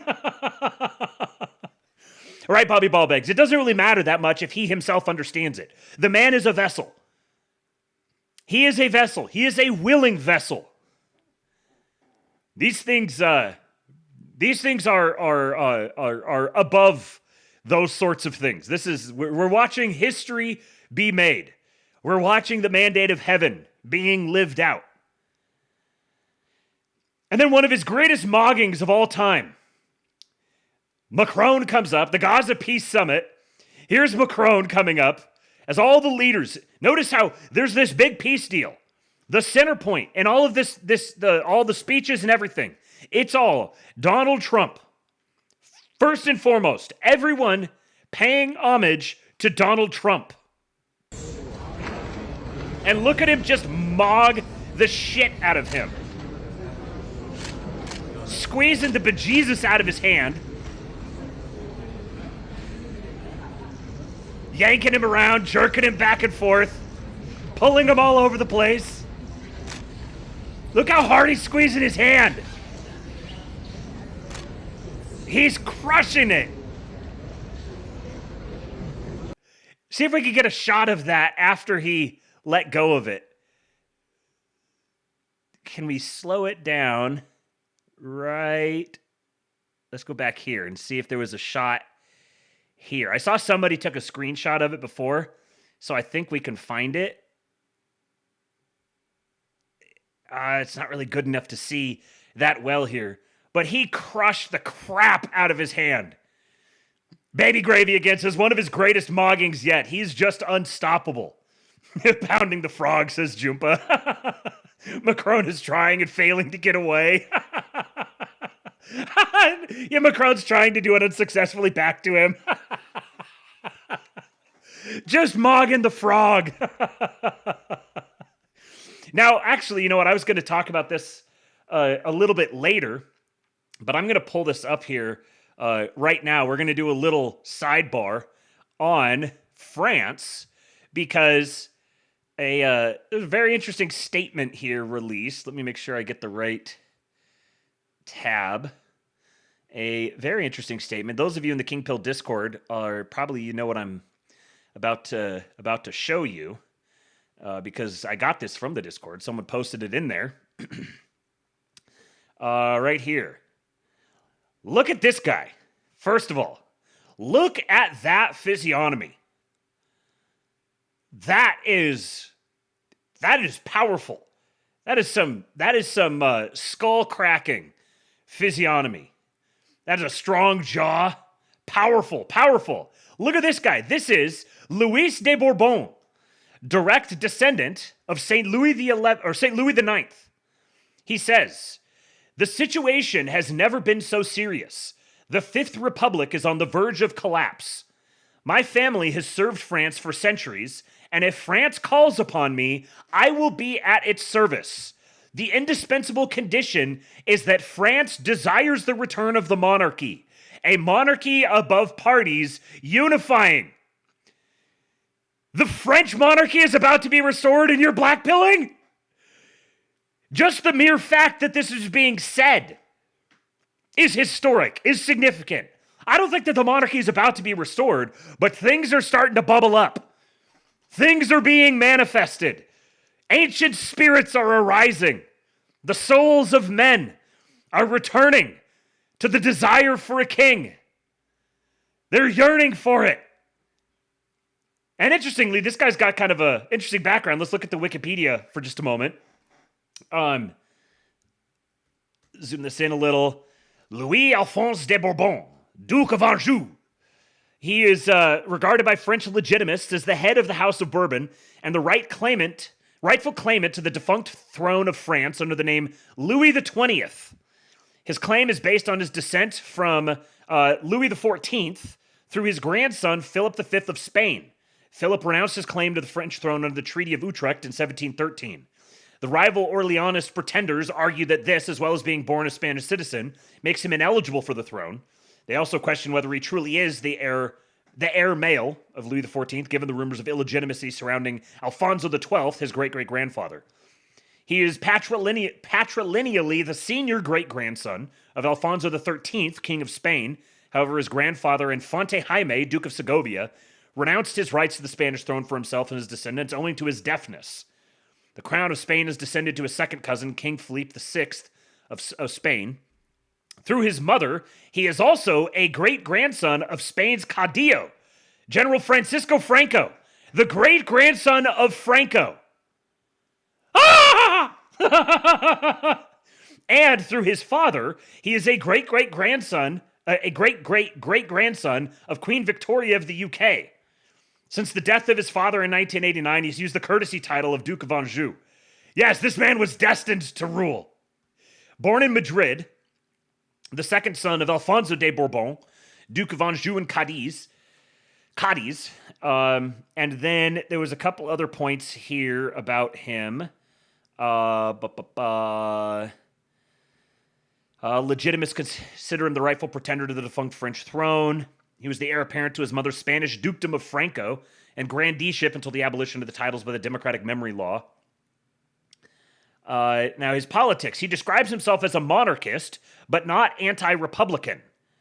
He argues for a constitutional monarchy with a king who acts as moral authority, foreign ambassador, unifying figure, and reminder of a nation's history. And this is a very interesting way, like if the monarchy was to be restored in this sense, I think this could be a way that it would happen.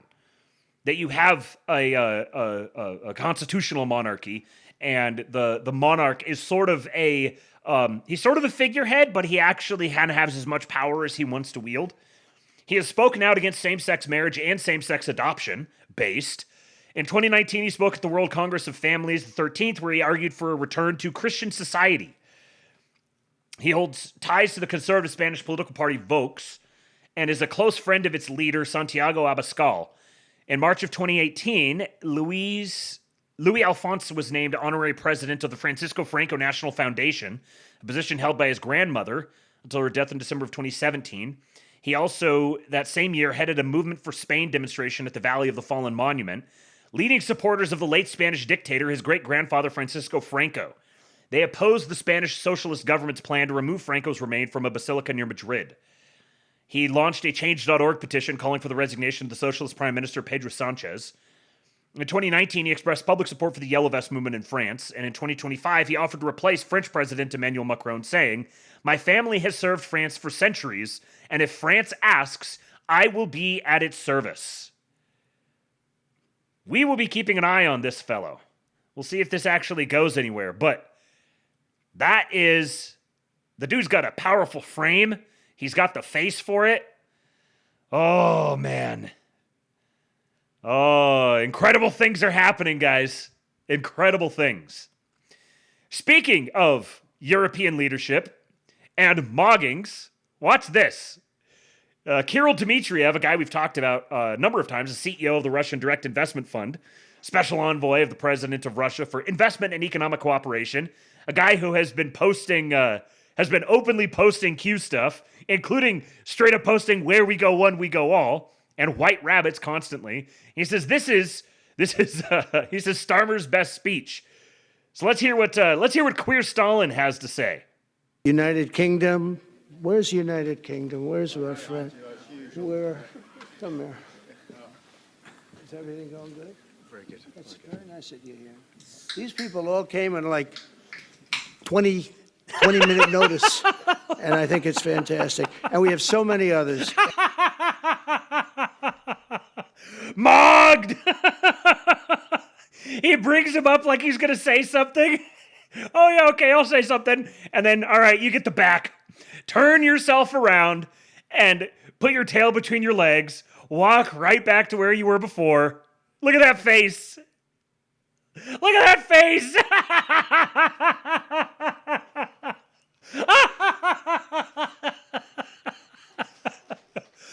Just effortlessly mogging them. Maloney, yes. There was also a clip where he talked about Maloney, and he said, you're not allowed to talk about this, but she's beautiful. He says it'll end your career if you talk about how beautiful a female politician is, but he doesn't care. She's a beautiful young lady. Here, I'll play it again. Is everything going good? Very good. That's very nice that you're here. These people all came in like 20-minute notice, and I think it's fantastic. And came in like the way his face just, oh, look at him. Oh shit, I just got humiliated. All right, I'll go back. 20-minute notice, and I think it's fantastic. And he's saying that they came on like 20 minutes notice. So basically he was like, hey, you, be here. And they're like, sir, yes, sir. And then this line was pretty funny as well. He's this is really good validation, I think. If you're paying attention, this is just a little tidbit of validation to Tom Luongo. Where my Luongooners at? New York, I met with many of the people in this room, and it all just started coming together. I've known so many of you for so long. You're friends of mine. You're great people. I have a couple I don't like in particular, but I won't tell you who. I have actually a few of them I don't like at all, but you'll never find out who they are. Well, maybe you will, come to think of it. I wonder who he's thinking about. I wonder. Got another tip here. The white man is back, baby! The white man is back! If that was my king, I'd be gay too. Damn.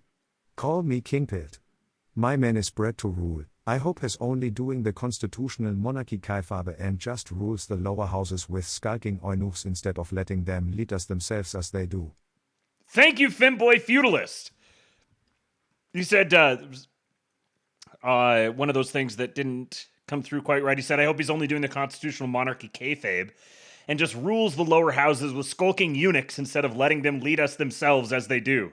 Yes, bring back the days of the skulking eunuchs. I can't help but notice that right now my streamer salary is at a very troubling number. Hopefully somebody can do something to resolve that matter. We can't leave that up there for too long.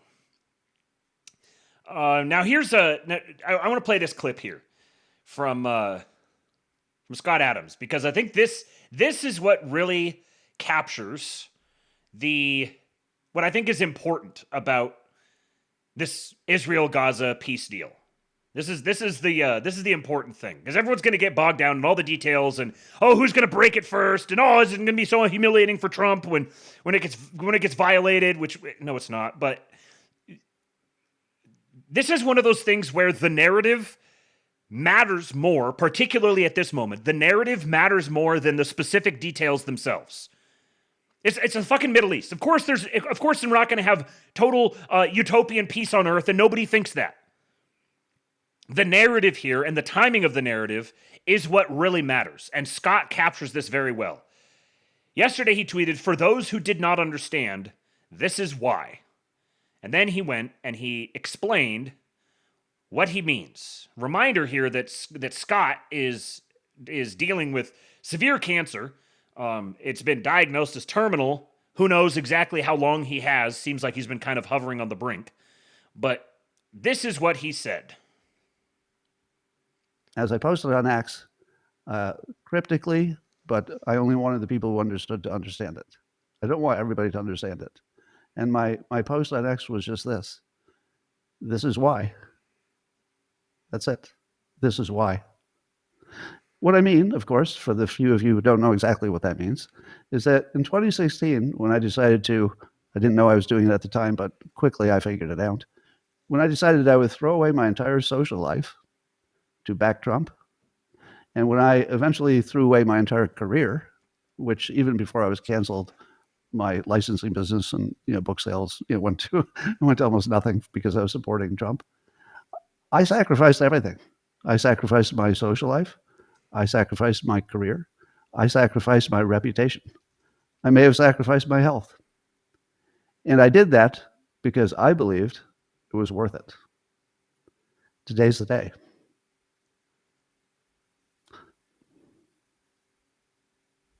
Today's the day.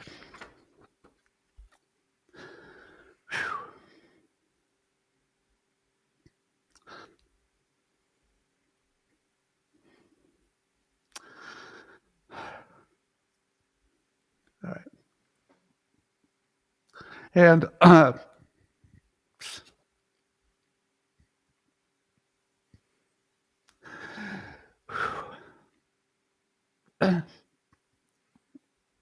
really happy I lived long enough to see it. It was worth it. It was worth it. Not just for this, but it was worth it. It was worth it to be right. It's worth it to be right.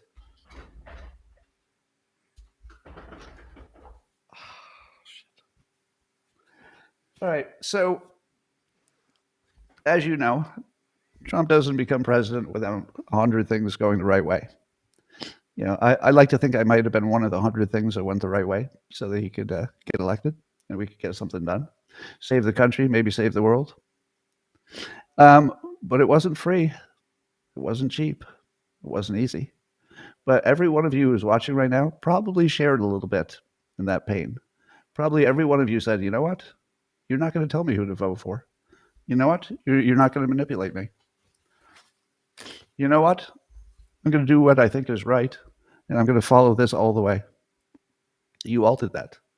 All the MAGA supporters. You all took a personal and professional risk for the benefit of the country, and you knew that it was going to cost you dearly. You lost family members.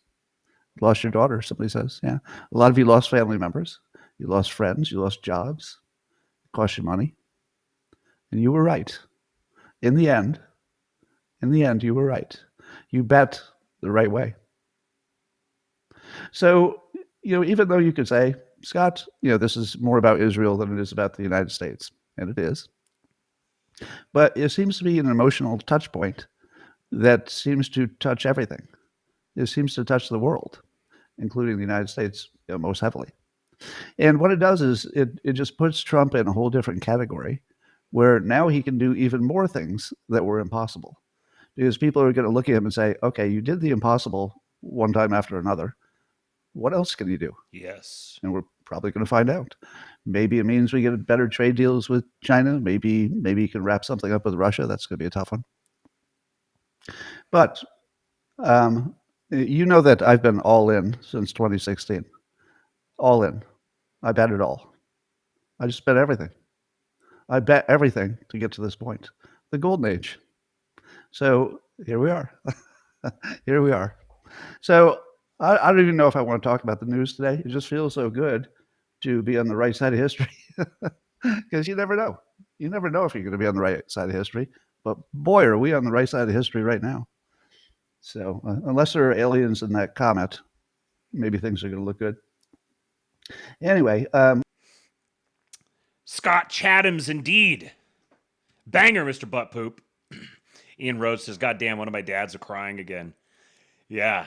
Says, I missed it. Why is he crying? He's crying because he talked about how he had how much he'd sacrifice being pro-Trump and like losing all of his licensing deals and losing a lot of his friends. He said he may have even sacrificed his own health in coming out and being vocally pro-Trump, but he said it was all worth it because of this day.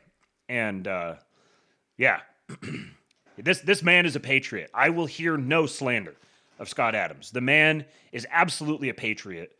He is responsible for so many people being able to extract themselves from the brainwashing machines and learning how to troost. He has made it easier for so many to troost and has sacrificed much himself in that process. So, yes, the Dilbert Waffen, Scott Adams, one of our greatest patriots. Pray for the man. Pray for his soul. Pray for his health. And may he have many more years with us. The white man is back, baby. The white man is back. I guess a real man like me has to step up than 669 UVO. Xadi Kingpilled Summer is my bias. I bet Trump was saying has got beef with queer starless and Elfxier Maoist Canal of communist losers. Rex Luch Regina, Kata mit des Dux Mundi.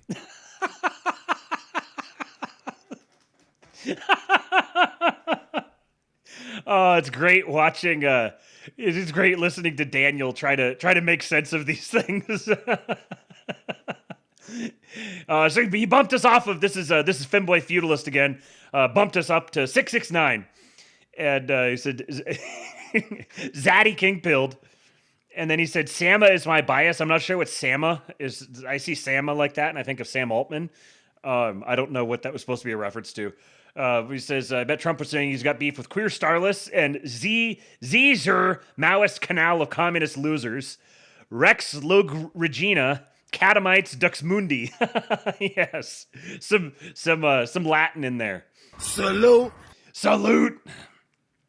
Okay, let's keep this going here. Here's a little bit. I got just a little bit of analysis here for the deal for now. This from Jared Howe. And I think he's onto something with this. He says Donald Trump's Gaza peace plan represents a strategic effort to undermine China's Belt and Road Initiative and reinforce U.S. dollar dominance in trade routes to Europe. The agreement's framework, signed by Israel, Hamas, and mediators Egypt, Qatar, and Turkey, will likely ensure that reconstruction funds for Gaza are channeled through American banks and clearinghouses to maintain petrodollar dominance in the region. Egypt's role as a guarantor secures U.S. influence over the Suez Canal, where China has invested heavily in ports for yuan-based trade to Europe. In exchange for security aid and canal revenue, Egypt will have to adhere to SWIFT standards, effectively blocking non-dollar shipments.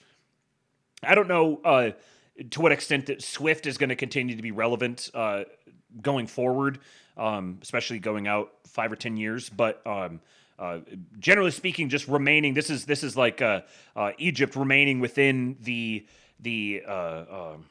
American sphere, the red, yellow, green model from what's his name? The guy who wrote Stephen Mirren and Scott Bessent. This is Egypt making moves to remain in the green umbrella. Turkey gains NATO benefits and energy agreements, pulling it away from Belt and Road Initiative rail projects like the Middle Corridor that aim for non-dollar Eurasian trade. This may put a stop to crypto and ruble-denominated exchange via the Bosphorus Strait. With Qatar enforcing the initial truce phase, it will now face intense pressure to direct its LNG pipelines and Islamic finance through SWIFT. This curbs its prior engagement with BRICS de-dollarization and Belt and Road Initiative events, eliminating non-dollar energy pathways to Europe.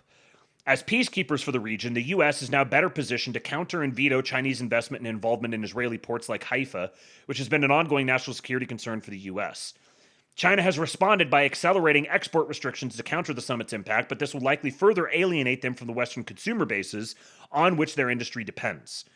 Overall, the deal lends itself to American financial dominance, ensuring that a non-dollar Eurasian trade bloc doesn't emerge to be used against the West by ideological communists bent on the elimination of national governments in favor of a Eurasianist New World Order. I think there's probably a lot that's right there, and I suspect it will.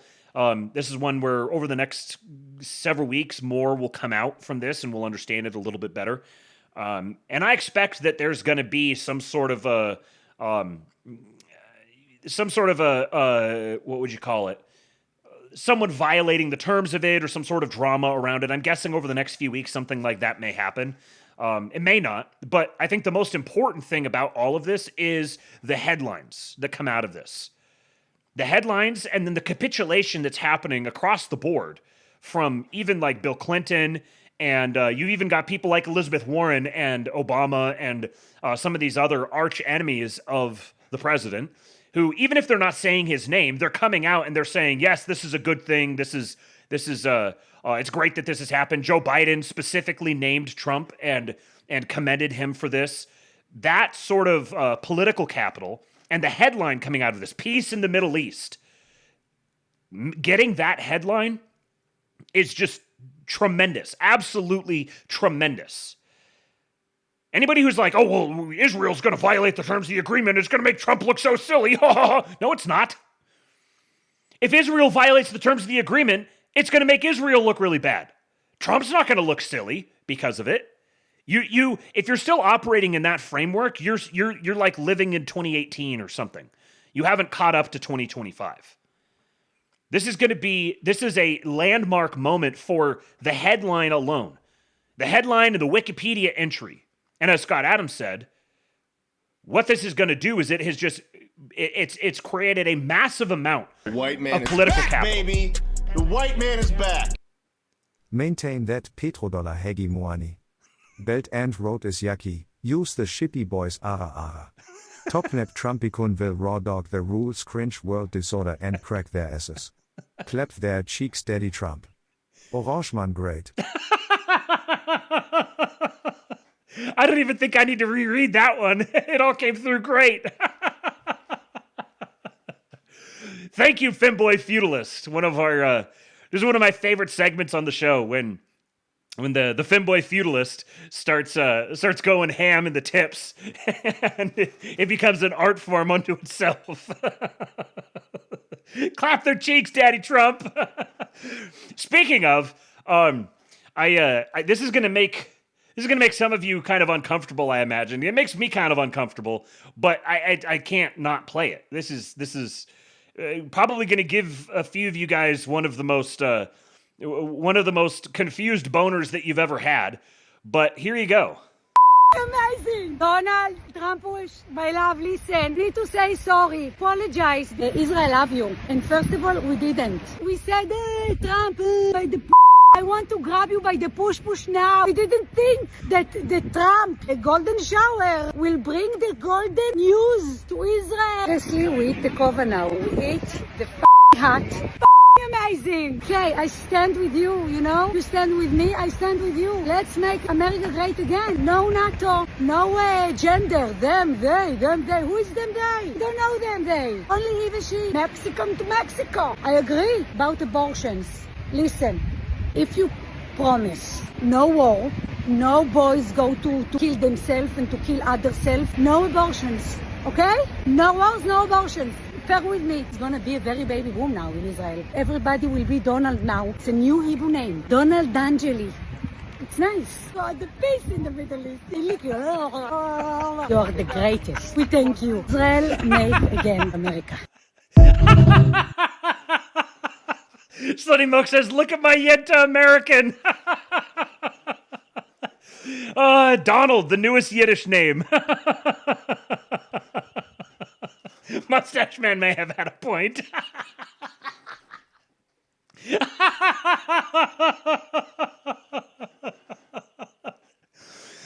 Sorry, guys, though. Mr. Sue has already claimed her as his concubine, so you guys are going to have to back off. The push American. Aspiring Midwit says, did my credit score just go up? See, that's the service I provided you guys. Every single one of us who just watched that just got a standard 88 points added to our credit score. So enjoy that. Spend your new credit wisely, good sirs. Push American. Grab them by the push. Mrs. Butt Poop.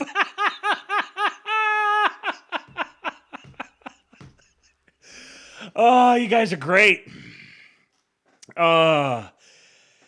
Okay, let me, I'm going to pull this particular couple of stories out. We'll hold off on that for another time because I want to get to this. I want to get to federal agents bludgeoning Antifa. You guys okay with that? Can we look at, can we watch a video of federal agents bludgeoning Portland Antifa? I think you guys will like that. Video from Katie Davis Court.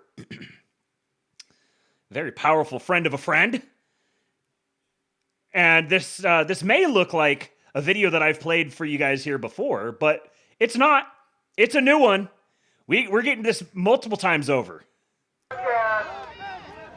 yeah, shove it down. Fuck you, man. Quick shove it. Hogtied. You punch it. See, you are doing, you punch it. Drag him. Fuck you, man.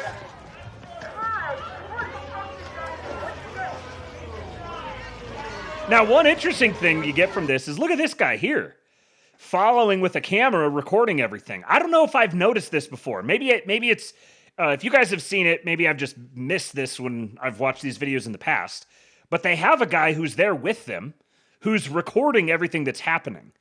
And I wonder if this is some sort of a they're doing this for like their own protection, maintaining their own record of it, or is this for gathering Kino to put on our to post out on the socials?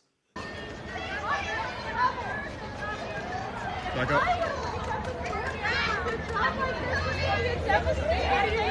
Get your bear spray.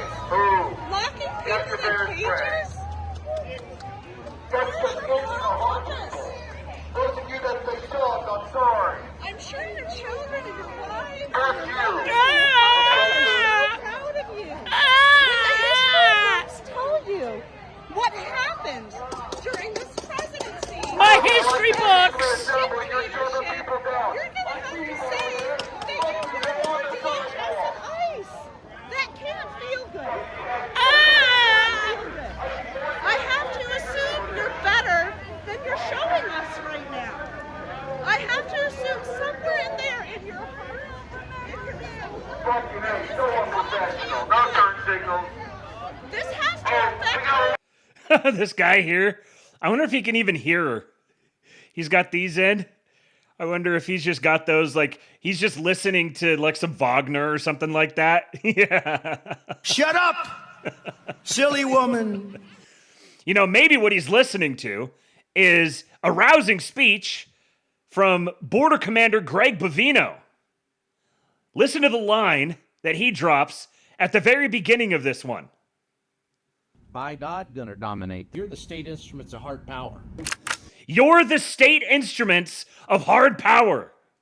By God, gonna dominate. You're the state instruments of hard power. In Chicago, roughly 300 federal agents and officers. Hey, watch this fourth current one right here. Securing the perimeter, rappelling and fast roping from Black Hawk helicopters, breaching several apartments within the complex. Intelligence showed that violent members of Tren de Aragua were living in the complex in Chicago's South Shore neighborhood, terrorizing residents and taking part in illegal activities. There's been reports, anyway, of them taking over units in this apartment complex. TDA has been designated as a terrorist organization under the Trump administration, which is just one reason why Chief Gregory Bovino, who was leading operations on the ground, says these targets were a priority. They traffic in arms, they traffic in unions. Look at this patriot. They have little regard for life. CBP sources say 37 illegal immigrants were arrested in the overnight operation, among them suspected Go home TDA to mommy. members. It was carried out by several agencies, including the FBI, ATF, Border Patrol, and ICE. They trained for this operation for several days, and because of that training and those rehearsals that they did, this operation went very smoothly.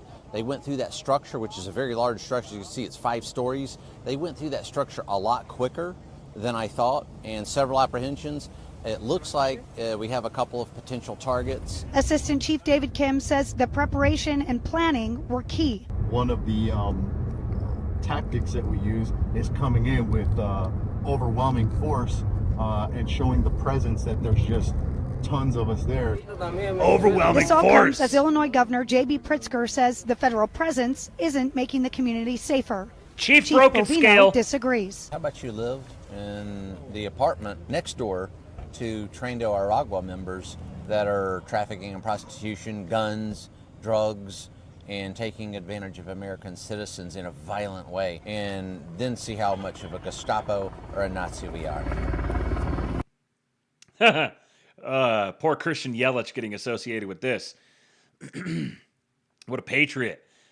Nick Sortor says, new, the FBI has launched a full investigation into Antifa and spent the weekend calling journalists who've been victims of Antifa violence. I received a call from the FBI Sunday morning and confirmed others did as well. The Trump admin will take down this terrorist network. And here's our favorite Mormon boomer. Glenn Beck had a similar call.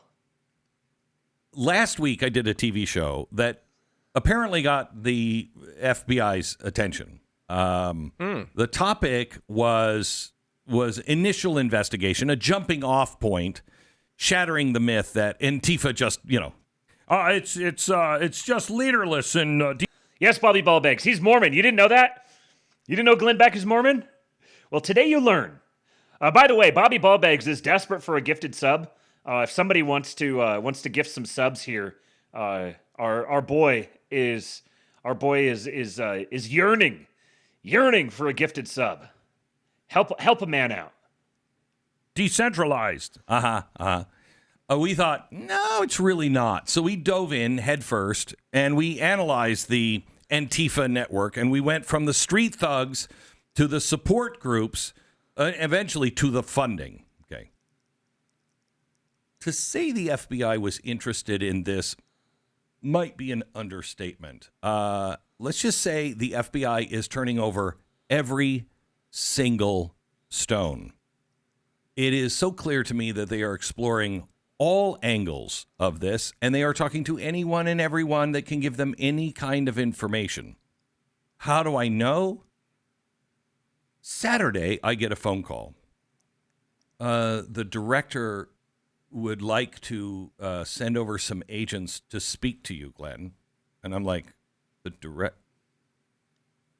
agents? Yes, you said some things that they need to talk to you about. And I'm like, well, good things or bad things, they'll be over. So they sat in my living room. 3 agents sat in my living room on Saturday afternoon for almost 2 hours. And I immediately called Jason. I'm like, Jason, you're the researcher. It's your fault. I'm going to throw you under the bus. You better get your butt over here. So Jason was there, and my wife and Jason and I sat there, and it was surreal at one point. I talked to him for about 15 minutes just going over the Tides Foundation and saying, if you understand Tides, you'll understand how difficult your job is going to be. And this is information that I first gave on Fox years ago. Let me just say this.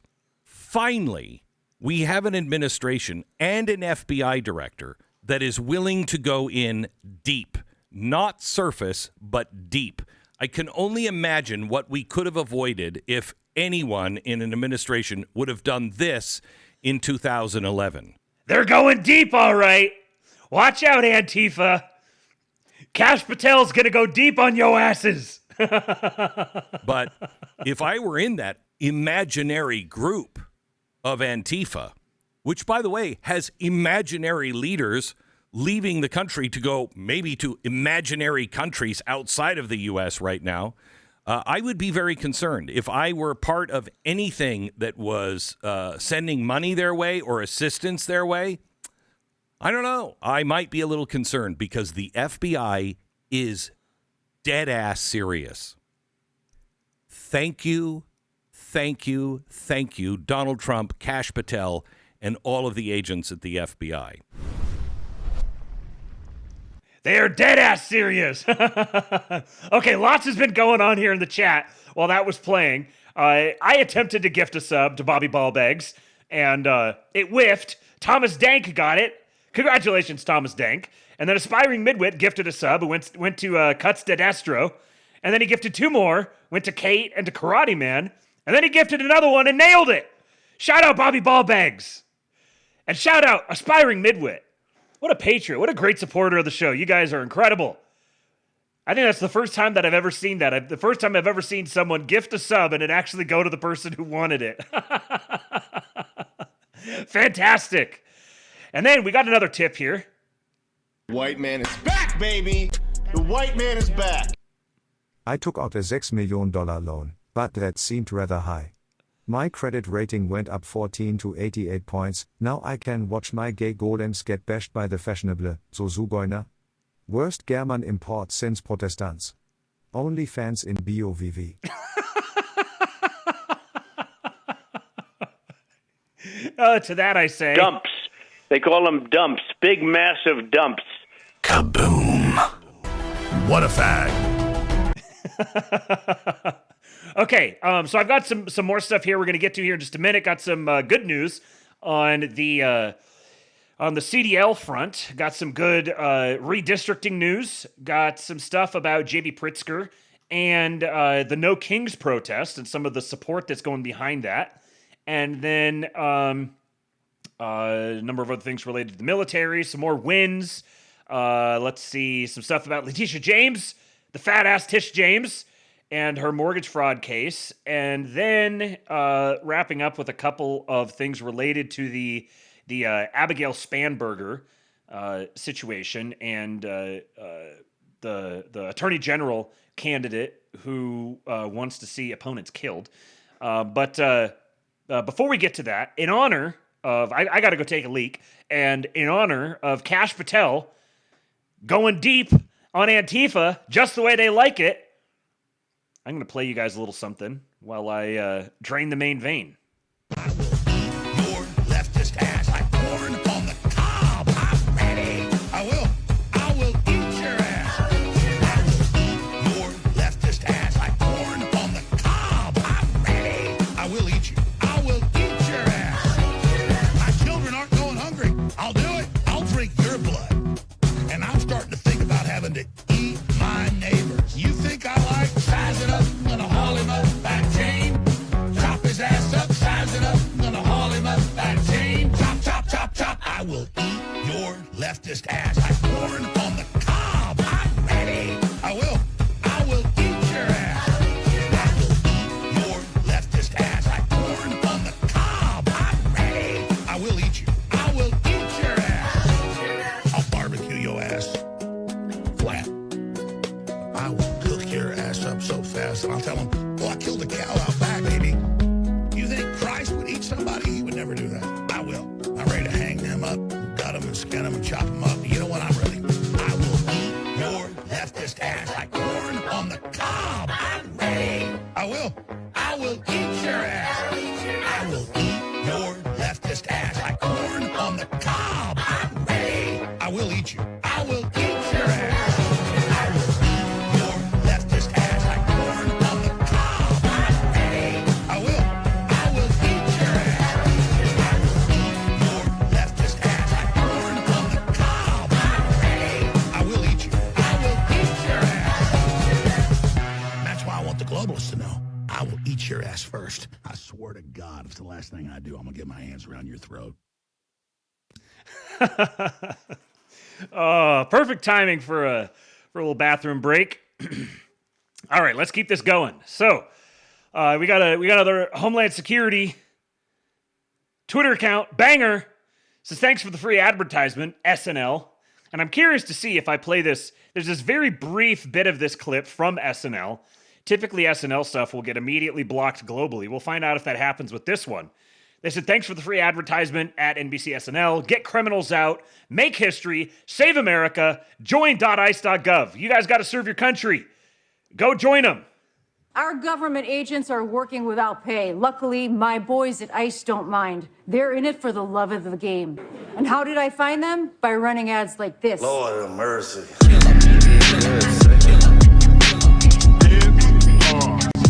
If I put this one a problem, I can't help but solve it. For was I'm a headache, but for big my sis, my target. Extra come retarded, should've been about it. Think out like I'm Calvin, cause I piss on them regardless. Two perks I just started, 4 perks feeling gorgeous. 5 through 9 I'm for the gang.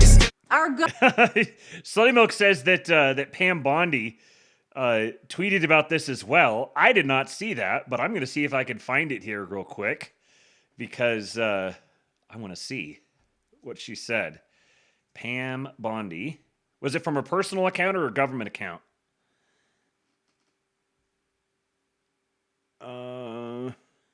Was it?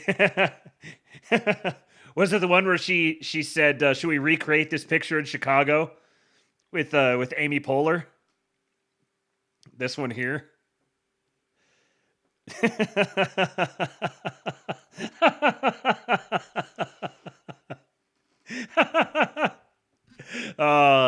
Look at our shit posting government officials. Yeah, Mr. Seuss says to give them the benefit of the doubt. Maybe there's some patriot producers at SNL feeding us subliminal white pill messages. I find that hard to believe, but I'm willing to add that to the headcanon. Yeah, Hunt Pritchard, he says, wait, so the libs think that isn't quality advertising? No theory of mind. Yes, they have no theory of mind. for non-libs. They literally can't. They are zeroed out on the empathy scale. They're literally incapable of empathy, which means they have no theory of mind for us. They are constitutionally incapable of modeling our minds. So they're completely out of touch with reality, just completely living in la la land. Yeah, SNL is purely following the trend. They think will win. Yeah, and that's honestly, it's a good thing. Like, we want to see those sorts of institutions just start just doing whatever's popular, because we're what's popular, more and increasingly so. We're going to continue being what's popular. Look at my MILF AG American. Here we go. Non-U.S. citizens are suddenly not able to renew their CDLs after the Trump administration closed loopholes that Gavin Newsom's California was exploiting. Last week, Vivek Sharma went to the DMV to renew his trucking license, but he was denied. The problem? New rules surrounding the process. Hold on. Good morning, bastards!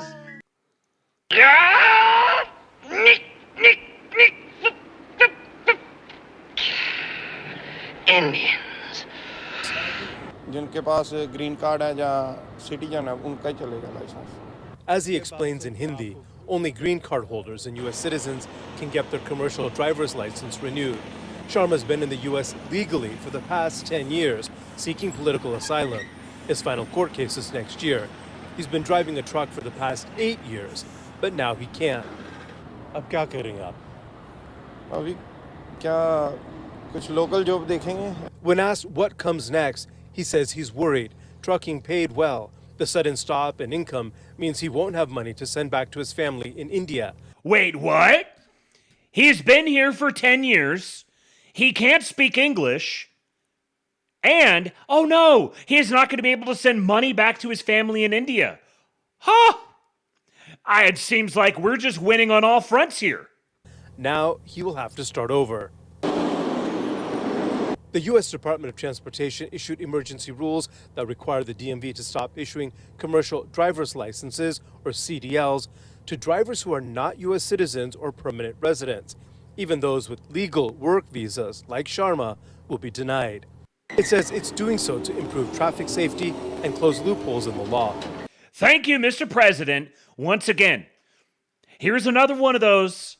Everyone says, oh, they're not doing anything. Nothing's happening. Trump administration hasn't accomplished anything. No, the problem is they've accomplished so much that most people just can't keep up with all of it.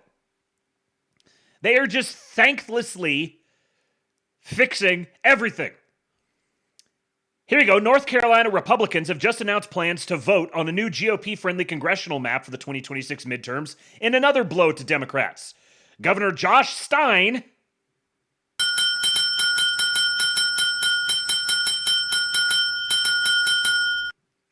cannot veto the map.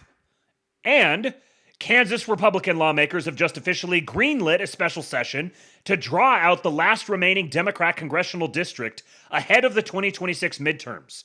That'll be a solid +1 for the GOP, and they're not the only one. Red states must push full steam ahead in drawing out every blue district imaginable. I say again, the Republicans are not just going to not lose seats in the midterms, they are going to gain seats.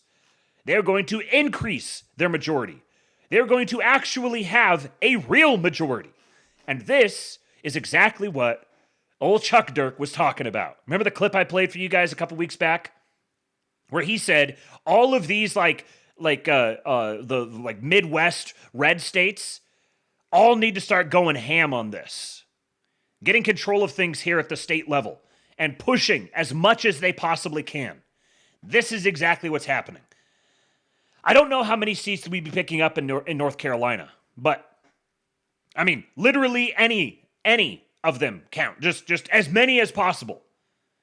And that's just one. I've said this so many times, so I'm not going to repeat it all, but that's just one vector through which the GOP can gain seats in the midterms. The white man is back, baby! The white man is back! Ofi dofi, maybe I will become Antifa so I can get those agents to go deep in my liberal ass. No kings, only strong men in uniform. P. Keshpa, tell me your safe word so I can never say it. Hard power is my favorite. Femboy Feudalist says he wants those agents to go deep in his liberal ass. We love our Femboy Feudalist, don't we, boys? E.R. Hank says the full thread about how Biden made this happen by suing Galveston County is chef kiss. Do me a favor and send that to me. Send that to me, and I will. I'll go through that on tomorrow's show. ESR is back with another banger thread here. He says Governor Pritzker of Illinois is threatening to have state law enforcement arrest ICE agents to prevent them from doing arrests and deportations. Gavin Newsom seems to be working his way up towards some similar declaration in California. This post will contain no political opinions. I have plenty of those, but I'm going to stick to legal and procedural facts about what could happen after a state-level attempt to arrest federal Leos. I have to wonder who Pritzker and Newsom are getting legal advice from, because the President of the United States would have a completely legal and overwhelming response to this. It's the Insurrection Act of 1807, specifically Section 252, allowing unilateral deployment without state request to enforce federal laws or suppress rebellion when, quote, unlawful obstructions, end quote, make judicial enforcement, quote, impracticable. This was the law that allowed LBJ to send federal troops into Little Rock to forcibly desegregate the schools. In the most extreme case, the president has the authority to dissolve a state government that is in insurrection, arresting the ringleaders for sedition, and placing the territory under military occupation until a new state government willing to conform to federal law can be organized. It is also black-letter law that presidential actions under the Insurrection Act are not subject to judicial review. I'm not here to argue that Donald Trump should do these things, just that he can. He's second term. He doesn't have to be deterred by the prospect of failing to be reelected. Anyway, his base would absolutely love it if he did this, so he'd have at least half the country behind him, as well as his authority as commander-in-chief of the military. Ironically, if the Democrats actually believe their own rhetoric about Trump being an aspiring dictator, that should increase their estimate of the odds that he will actually bring this hammer down, and deter them from writing rhetorical checks that they're not going to be able to cash. I can only conclude from their posturing that they believe Trump really will be restrained by the Constitution, and that it protects them from arrest and imprisonment for defying him. But it doesn't. And if they keep fucking around, they're likely to find that out, good and hard. Yes, life support unplugger. When I read this, I was walking around at a full 12 o'clock for like half an hour. This is wet dream stuff. He says, I've been corrected. It was Eisenhower that sent the troops into Little Rock, not LBJ.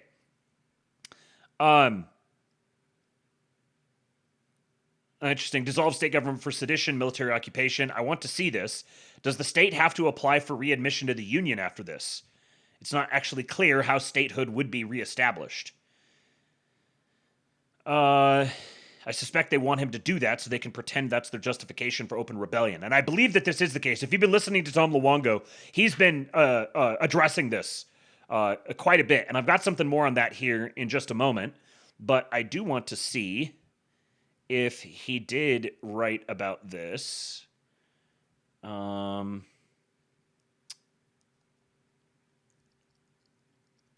yes. So he says, following my post about the possibility the Insurrection Act might be a response to state governors ordering their police to overtly oppose ICE enforcement actions, I was reminded of a lot of right-wing speculation that the U.S.'s left is actually trying to escalate its way into an armed rebellion. This is where I put on my intelligence analyst hat again and ask, using what army? There's a historical record of hundreds of armed revolutions, both successful and failed, since the infant U.S. kicked off the party in 1776. We know what works and what doesn't work, and what pieces you have to have in place in order to come out on the winning end of an attempted revolution. The brute fact is that to win a revolution, as opposed to merely waging a terror campaign that attempts to alter the behavior of an existing political system without smashing and rebuilding it, you need to have an army. You need to have people who are capable to fight on roughly equal terms with loyalist-line troops. They may only be popular militia, but they need to be capable of taking and holding territory. And if they can't reach parity with the loyalist troops' quality of training and equipment, they have to close the gap with sheer numbers. This fact is obscured by a lot of romanticism about how revolutions are actually fought. We Americans like to think that the Redcoats were defeated by woodsman snipers with long rifles, but the fact is that the Continental Congress had to stand up units of regulars who could fight set-piece battles in order to make the confrontation unwinnable for the British. Similarly, when people think about the French Revolution, they imagine mobs of sans-culottes storming the Bastille, but the heavy lifting was done by popular militia units organized by defectors from the French royal forces. There are some other preconditions for successful revolution. You need the ancien regime to suffer a legitimacy collapse among a substantial portion of the population.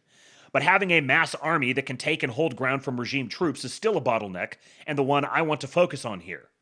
Where is the American left's mass army? Where, even, is its identifiable recruiting ground? Historically, Marxists could count on recruiting militarized formations from disgruntled proletarians and rural peasantry. But the disgruntled proletarians and rural peasants in the US are almost all right populists who hate communism with vicious intensity. They're trying.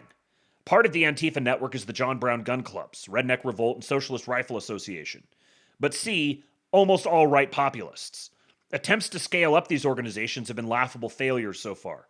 It would take some really enormous changes in popular sentiment to fix that. The communists may think that they can somehow magic up a revolutionary army that can march on Washington, but under present conditions, that's completely delusional. Until the question, what army, has an answer, the Gramscian long march through the institutions, communizing American society and government from within, remains a much more plausible route to Marxist power. This guy says, I have bad news for you. They have all the armed forces they need in Chicago gangs. That's why they've been playing the race card so hard with ICE.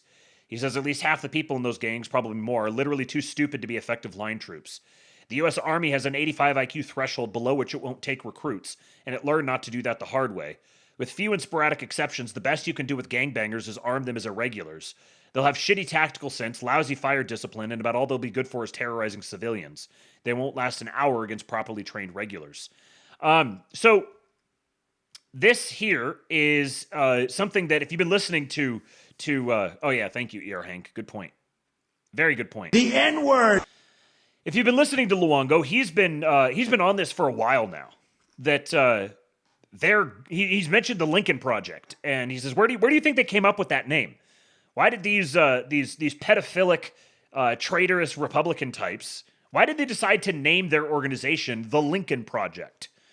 But he's kind of updated his math more recently, and I agree with the angle he's taking on this, that they're basically trying to run Revolutionary War 2.0 script, where they're casting Trump as King George. And this is why they have this organization called No Kings.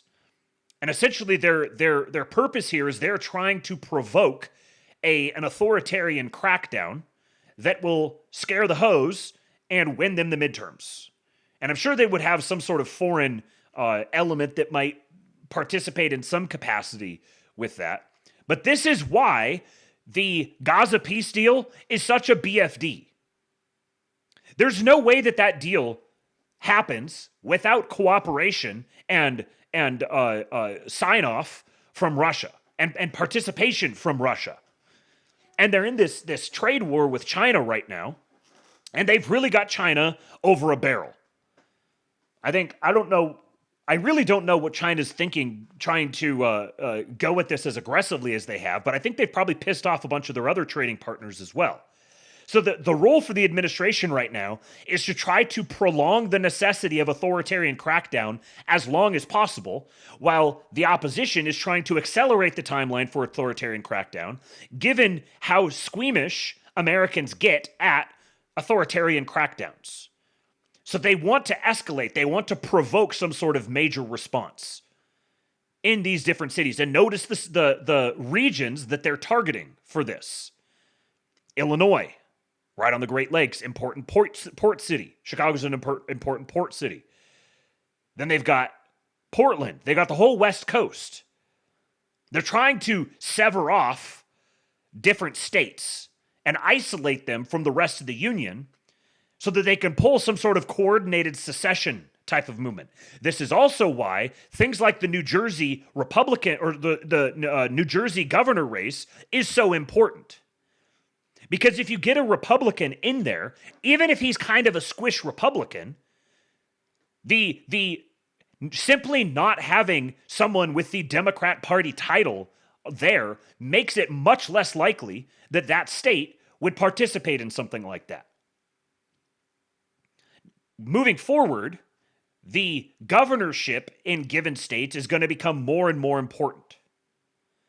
As the GOP has been completely taken over and is being pulled hard to the right, more and more GOP governors are having the political pressure applied on them to fall in line and cooperate, following the lead of someone like Ron DeSantis.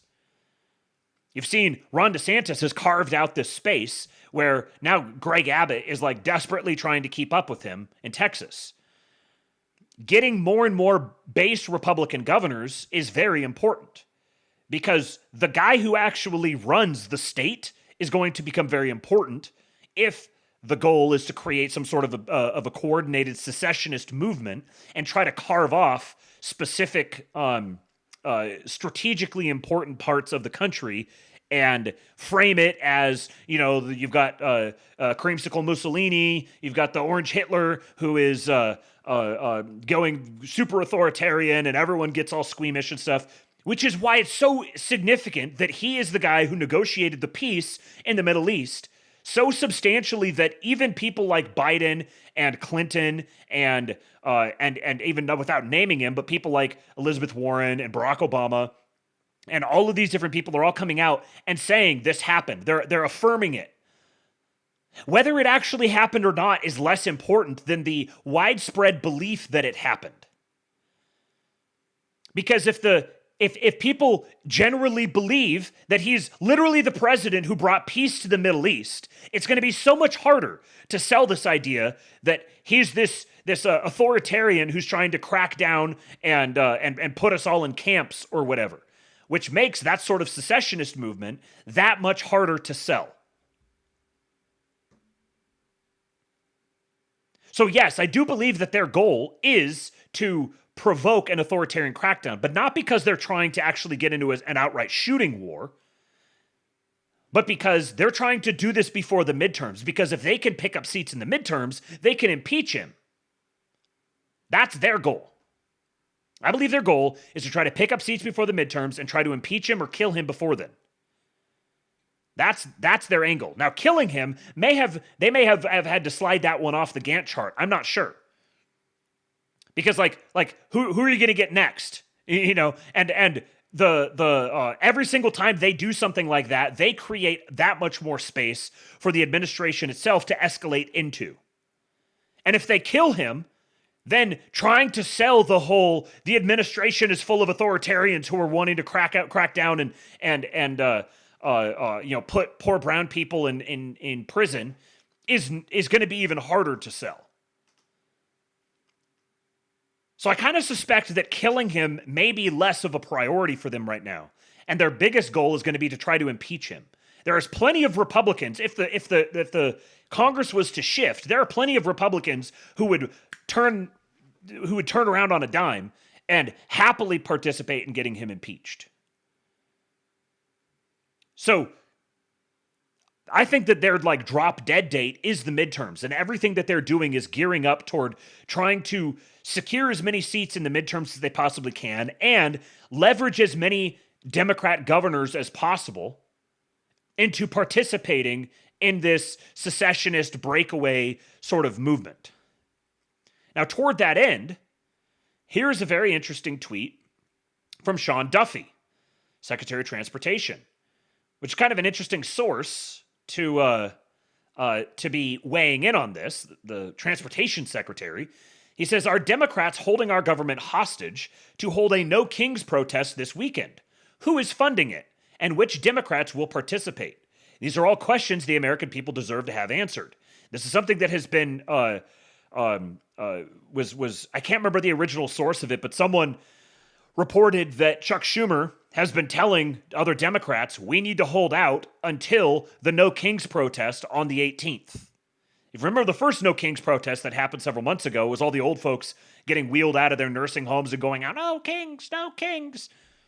Well, now they're planning another one coming up on the 18th, and reports have it that the Democrats' goal is to keep the government, this is why they keep voting it down, to keep the government shut down until that point. The No Kings protest, Maria, really frustrating. I mean, this is part of Antifa, paid protesters. It begs the question, who's funding it? But, yeah, Democrats want to wait for a big rally of a No Kings protest, when the bottom line is, who's running the show in the Senate? Chuck Schumer's not running the show. The No Kings protesters or organizers are running the show. Is AOC threatening a primary against Chuck Schumer? Is she running the show? But you need a strong leader in the Senate to take control and make decisions. And Chuck Schumer's blown in the breeze. He has no power, no authority, because he's given it up to his primary opponent, potentially in AOC, or to the No Kings protester organizers. And it's shameful. The No Kings protest. Han Pritchard says, I can tell you right now, you'd be shocked how many military dudes would side with shitlibs with some level of state government legitimacy over us. Yes, I entirely believe that. And I've been saying this for a while. Like, the people who want Trump to declare martial law and march the military out, like, you're totally out of touch. You are completely out of touch if you think now is the time for that to happen. There is a lot of shitlibbery that has to be purged from the military ranks, and that sort of thing cannot happen quickly. It's not possible for that to happen quickly. They're doing it as quickly as they conceivably could. And even the rate at which they're doing it is right on the threshold of the make the normies squeamish, kind of. So, Data Republican, who at this point is very obviously a source for the administration.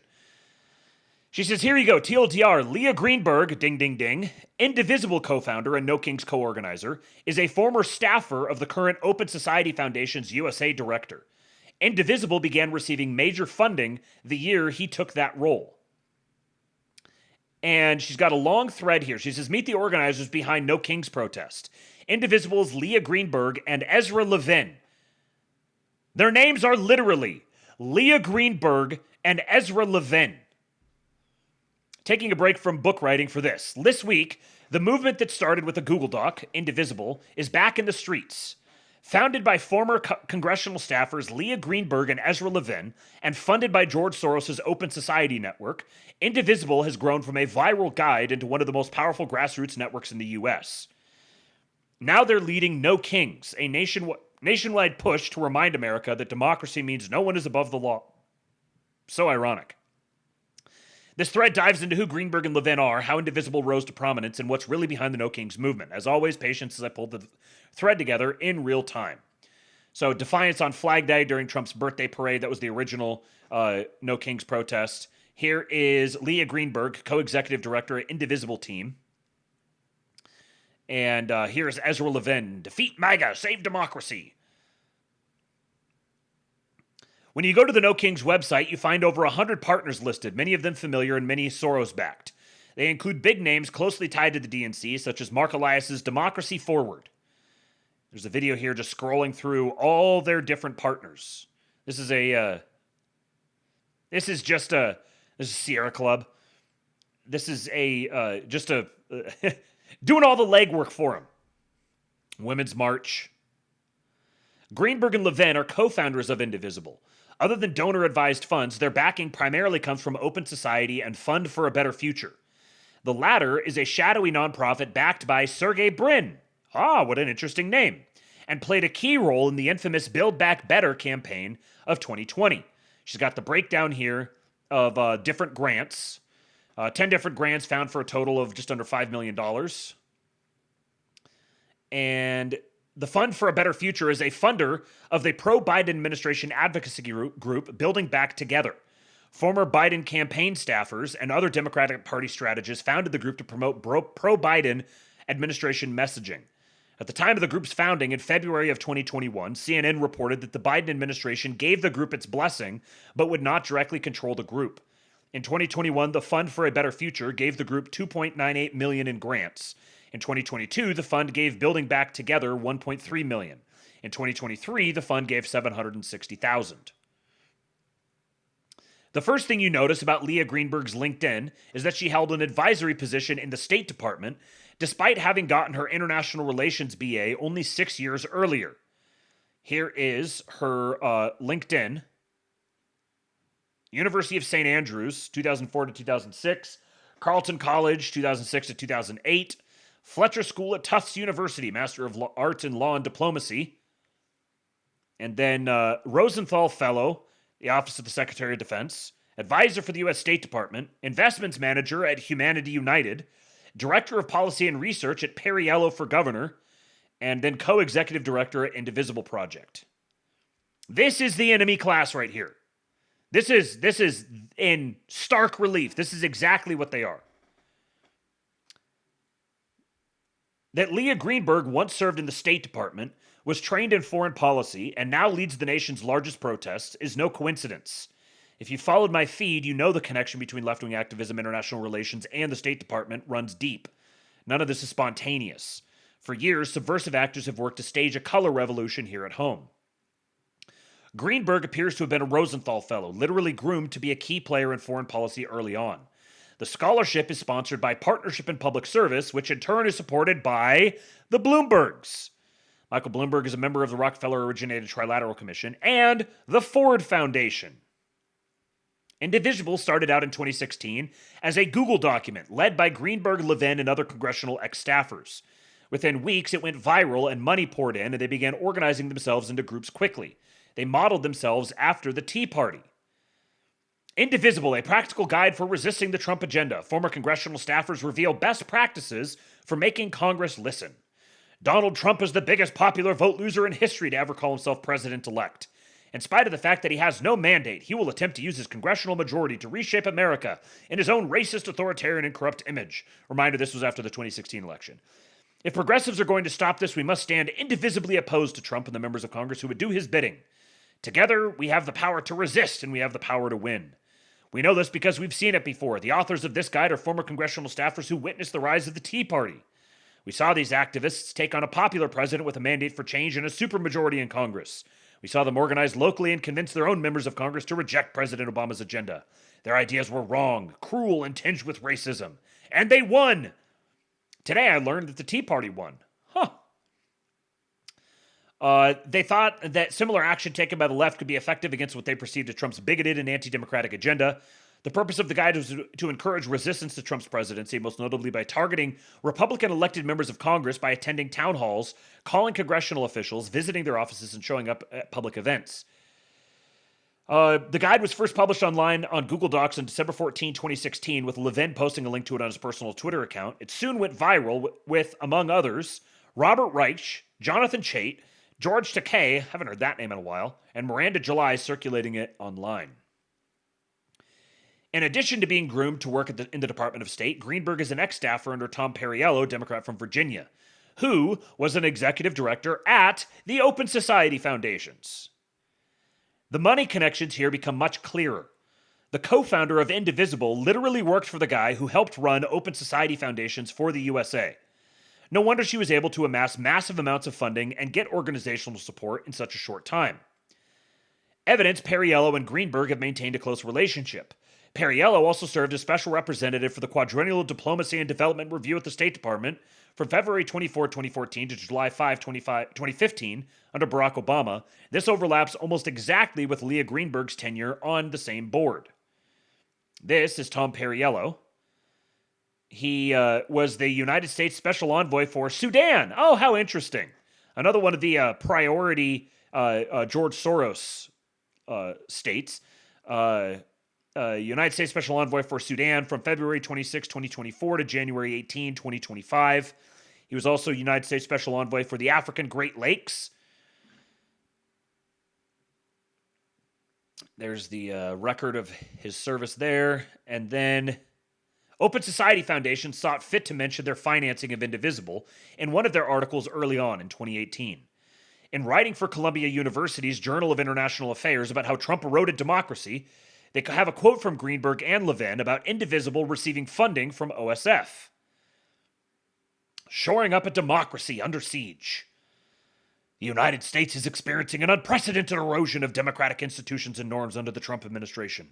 While constitutional checks and balances are holding for now, we are seeing the kinds of challenges that have presaged the shift toward authoritarianism in other countries. If not countered, this kind of constitutional regression can develop into something that looks like a more lasting authoritarian condition, with institutions that are so hollowed out as to be ineffective, and with impact that outlives the Trump administration. Since November 2016, American civil society's reform sector has adjusted, adapted, and innovated to meet these challenges. To facilitate their access, to facilitate their success, the philanthropic sector must likewise adapt. No offense, but it sounds like some fucking commie gobbledygook. Okay, so more about that. Continuing with the thread, it's a cliche, but all signs so far suggest that Indivisible is primarily a Soros-backed open society project. Ezra Levin, the spouse of Leah Greenberg, got his start as deputy policy director under Representative Lloyd Doggett, a Democrat in Texas. He appears to serve as a charismatic face for Indivisible. Here is his LinkedIn. Let's see, deputy policy director for the U.S. House of Representatives from August 2008 to April of 2011. Policy portfolio included appropriations, education, labor, and anti-poverty programs under the jurisdictions of the Ways and Means, Human Resources, yada, yada, yada. Office of Urban Affairs and Economic Mobility, Associate Director of Federal Policy for Prosperity Now, and then Co-Executive Director for Indivisible, February 2017 to the present. Showtime has a video, Indivisible project founder Ezra Levin, good policies are the goal.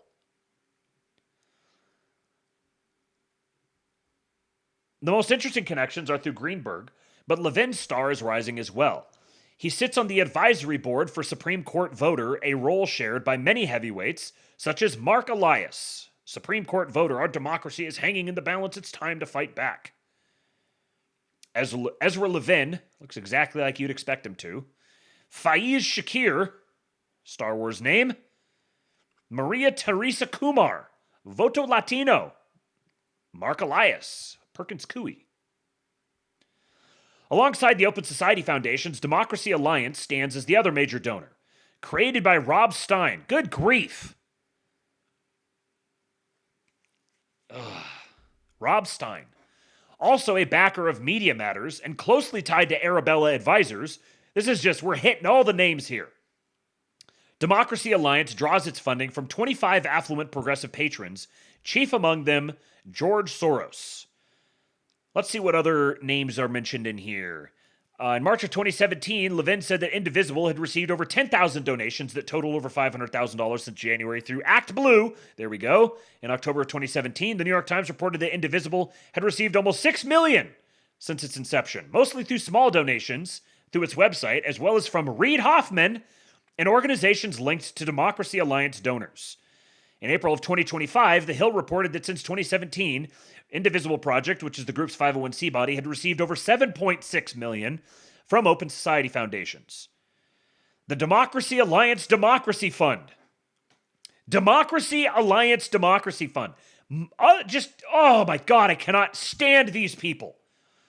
Commonly called the Democracy Fund, is a center-left voter registration and mobilization group created by the Democracy Alliance, a network of highly influential funders within the Democratic Party and the political left. The Democracy Alliance itself generally coordinates funding strategies rather than engaging in grant-making. Consequently, the Democracy Fund itself is a project of the New Venture Fund, a 501c3 nonprofit funding and something, I can't tell what that other word here is, funding and something, fiscal sponsorship provider. The Democracy Alliance Democracy Action Fund is the 501c3 sister affiliate of the Democracy Action Fund, a project of the 1630 Fund. God damn, man. On December 13, 2004, a month after we're going way back now, a month after the re-election of President George W. Bush, Stein convened 25 of the wealthiest donors in the progressive community in Washington for an important Democracy Alliance strategy session. The initial group of attendees, quote, had collectively poured hundreds of millions of dollars into the effort to defeat Bush and had nothing to show for it. Major donors George Soros and Peter Lewis, who each gave roughly $23 million to 527s for the 2004 elections, had latched onto the Democracy Alliance cause and were attracting other donors. After Stein passed away in May of 2022, Democratic operative David Brock, Clinton connection there, told the New York Times that Democracy Alliance, quote, changed the way people thought about their philanthropy, and that, quote, it was revolutionary on our side, and over the last 20 years, it was the sole reason why sustainable democratic infrastructure got built. Sustainable democratic infrastructure. Vote rigging.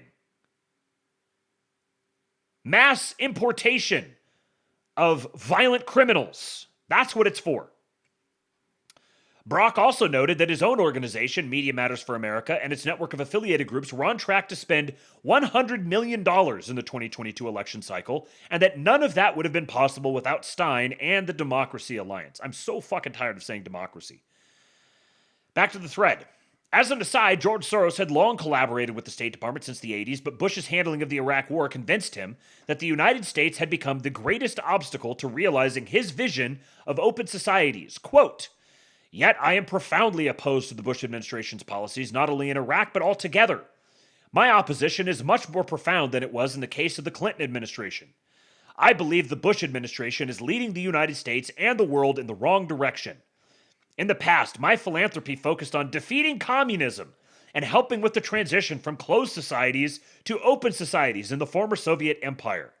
Now I would go so far as to say that the fight for a global open society has to be fought in the United States. In short, America ought to play a very different role in the world than it is playing today. Said a non-American. She says, I mark May 27, 2003 as the date when George Soros declared war on the United States. Now, for what it's worth, it sounds as if George Soros is basically completely senile at this point. He's in like an old folks home, and who knows how aware of anything he still is. His limp-wristed son has taken over and is married to Huma Abedin, the Hillary Clinton's bedfellow. So kind of gives you an idea of where all of this money is coming from and what is motivating it, I think. Or maybe who is motivating it. Indeed, Indivisible, the leading organizer of these nationwide protests, is staffed with multiple Open Society-linked members, not just Leah Greenberg. Maria Elena Hincapié, its founding board president, previously led the National Immigration Law Center and OSF grantee. Heather C. McGee, Indivisible board member, also serves on the board of Open Society Foundations and Rockefeller Brothers Fund for good measure. The N-word! Was that here, World Economic Forum? Member of the World Economic Forum's Global Agenda Council on Civic Participation. Tom Perriello himself became executive director of OSF in 2018, the same year that Indivisible started getting millions. He is also listed by KeyWiki as an Indivisible Civics board member, although I could not trace this. Angel Padilla, former National Policy Director, was also hired off National Immigration Law Center, an OSF-backed initiative which advocates radically expansionist immigration programs. Closing the thread. 20 years ago, George Soros declared a mission to open the United States, aka cleanse the USA of its attachment to traditions and faith. Since then, he's poured billions into fomenting a color revolution, the same playbook that got him banned from Hungary, Russia, and others. The No Kings protest is just his latest front in his personal war. Millions in Soros-aligned philanthropy have underwritten Indivisible's rise from a viral Google Doc to a nationwide political engine. Whatever the banner, the money and machinery behind the No Kings protest traces back to the same source, Open Society's network of influence. There is an account who won't allow me to reply, accusing me of being a grifter because they think I'm implicating the wrong people instead of ex-USAID employees. NED is already working hand-in-hand with Soros via representatives such as Rachel Kleinfeld, so NED, National Endowment for Democracy, is already working hand-in-hand with Soros via representatives such as Rachel Kleinfeld, Randy Weingarten, who is also a spokesperson for the first No Kings rally. AFL-CIO, one of NED's 4 charter foundations, their local chapters organize many of the No Kings rallies alongside local indivisible chapters. Open Society has a decades-long history of fomenting color revolutions alongside the State Department. There isn't a bigger, badder guy than that particular Hydra. Here's a prior thread on these same ex-USAID employees. You can judge for yourself if they're the masterminds or just part of the machinery. I'm not going to go through that thread, but she wrote it in July. You can go read that if you'd like. And then turns out these 2 people are the same ones who went viral recently for picking out U.S. Color Revolution colors. Remember this? This video where they're picking out the Color Revolution colors? This is Ezra Levin and Leah Greenberg. Kathy asked a question that is a hot topic of debate internally, Leah.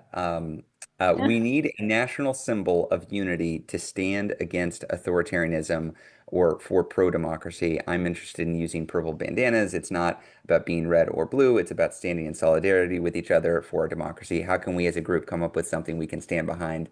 Anyways, I'm not going to subject you guys to all of that again. But reminder, Mike Shelby, when he posted this, he, let's see. I wonder if I could see it in the quote tweets.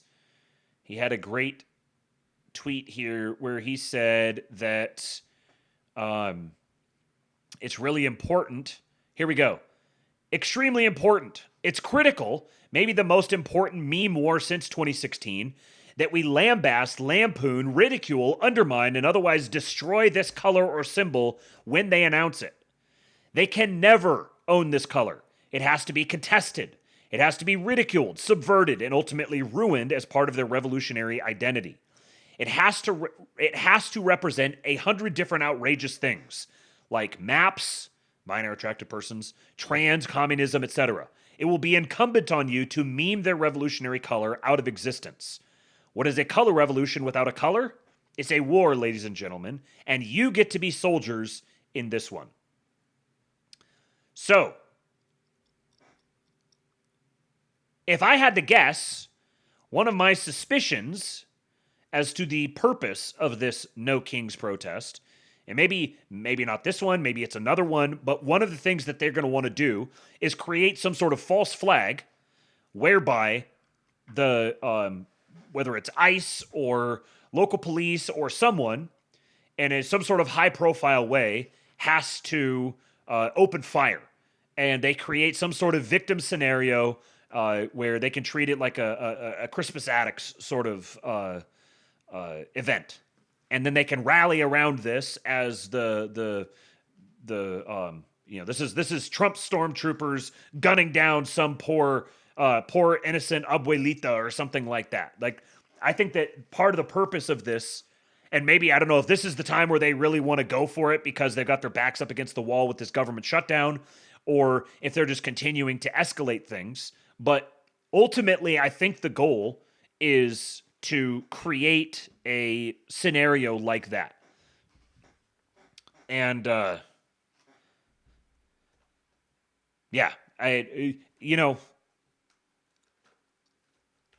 one thought that's crossed my mind before is if they have been working to embed their own people within ICE or within as various getting their own people hired as DHS agents to serve a sort of like a not like a Jack Ruby, but basically some guy in there is like their Manchurian candidate that they activate that goes rogue and fires into a crowd of people or something like that. That would be not good. So hopefully their screening on their hiring, their screening and training has been very good to prevent a scenario like that. Now, speaking of the government shutdown, got a few more things to get through here today. I know the stream's going late, but so be it. Those of you who are listening tomorrow, lucky you. You got a nice another nice long one. Our president has posted a truce. He says Chuck Schumer, our great Palestinian senator, he didn't say that, I added that. Chuck Schumer recently said every day gets better during their radical left shutdown. I disagree. If nothing is done because of leader Chuck Schumer and the Democrats, our brave troops will miss the paychecks they are rightfully due on October 15th. That is why I am using my authority as Commander-in-Chief to direct our Secretary of War, Pete Hegseth, to use all available funds to get our troops paid on October 15th. We have identified funds to do this, and Secretary Hegseth will use them to pay our troops. I will not allow the Democrats to hold our military and the entire security of our nation hostage with their dangerous government shutdown. The radical left Democrats should open the government, and then we can work together to address healthcare and many other things that they want to destroy.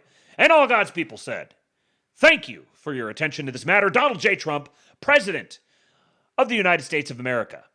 Now, I wonder if this may have been part of the calculus, is they wanted to shut the government down and start getting military personnel riled up and upset about not being paid and use that as a radicalization event.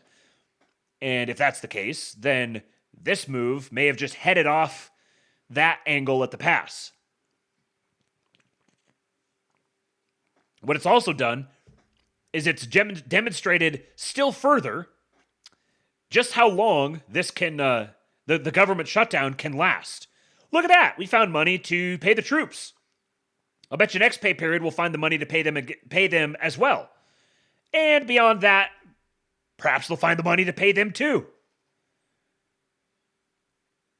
Cheeky says, you got to sit back and be impressed by the endless layers of the satanic global monstrosity they've created these past 100 years. Yes, I mean, they have worked incredibly tirelessly to make this happen. And it's taken them a very long time. Like 2003, they're talking about organizing and beginning to create the infrastructure for all of this over 2 decades ago. And somehow the Trump administration isn't moving fast enough because they haven't completely identified every last element of it and thoroughly dismantled it 9 months into the administration. It just... A lot of people who like to tell people they don't know what time it is very clearly do not know what time it is. Han Pritchard says, many of our guys don't seem to be making the cut for ICE. Take from that what you will. This is very interesting. Oilfield Rando. So, The Hill posted this article. Can Trump pay troops without Congress? Some Democrats don't think so. And Oilfield Rando said, Trump is going to make Democrats sue him for paying the troops, huh? Incredible outside-the-box thinking. Optics jujitsu. Just beautiful watching the orange man cook. It's incredible.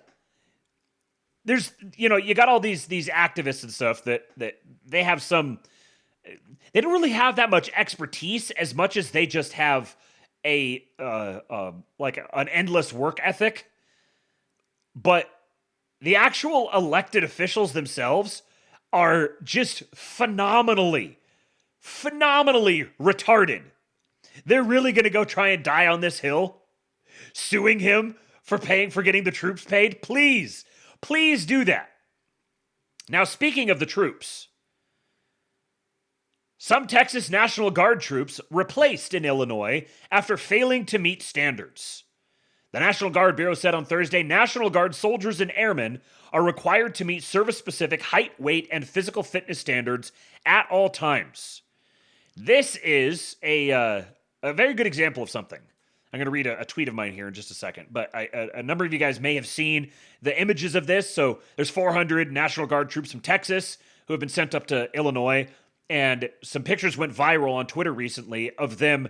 There's a bunch of them walking through an area, and a bunch of them look really like dumpy and dysgenic. And there was a couple of 4'8" Squatamalan females, and everyone's like, "Really? These are your National Guard troops?" Well, that picture went viral, and within a couple of days, you get this. Pete Hegseth says standards are back at the Department of War. And I do an effort post here. The admin sends National Guard troops from Texas into Illinois. Good. But then we see the National Guard troops, and they look dumpy and dysgenic. Bad. In past GOP administrations, that'd be the end of the story. And it'd be evident they paid little attention to details that matter and were just performatively doing the bare minimum. But this admin is different. This time, we get the follow-up story where they immediately address the problem. Individually, each of these stories may not move the needle, but taken as a whole, it's impossible to honestly claim that this is just another controlled opposition GOP administration teasing with red meat while doing nothing of substance. There's been dozens, maybe hundreds of these types of stories since January 20. The majority of the commentariat only see the initial story and either ignore or never see the follow-up because they don't care. They just want to complain. And there's great irony here, and that many of these are the same people who spent the last several years talking about how deceitful and terrible the mainstream press is, because they would do this exact thing. Like, you'd have the headline that would say one thing, and then the article would be something totally different. And they'd be like, oh, see, everyone just reads the headline and they don't actually see the rest of it. This is how they're deceiving people. Or they would publish something that's just plain fake news, and then they'd publish a correction later on, but the original fake news would get 20 million views, and the correction would get 300,000. Well, many of these same people who have such contempt for the press for functioning this way are just stepping onto the exact same rake themselves. In the same way that certain people keep harping on about, for example, the Zog admin conditioning disaster relief funds on pledges of support for Israel, despite that being a long-standing policy that was explicitly and immediately ended by this administration, we'll hear low-info commentators continuing to poo-poo the National Guard deployments because the initial troops looked dumpy and dysgenic. Watching this happen over and over and over again has convinced me that most of the black-pilled contingent are simply suffering from chronic low-information ignorance. It's not that they're completely clued in and just more principled or whatever. Nope, they're just ignorant suckers for and propagators of fake news. And this is why the Labe is here.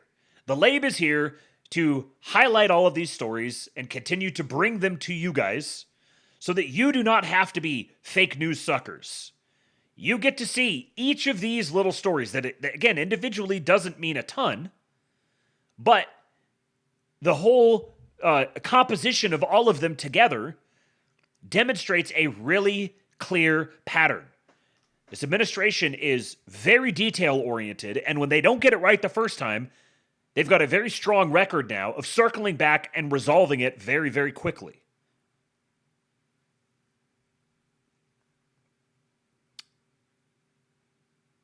Here's a white pill.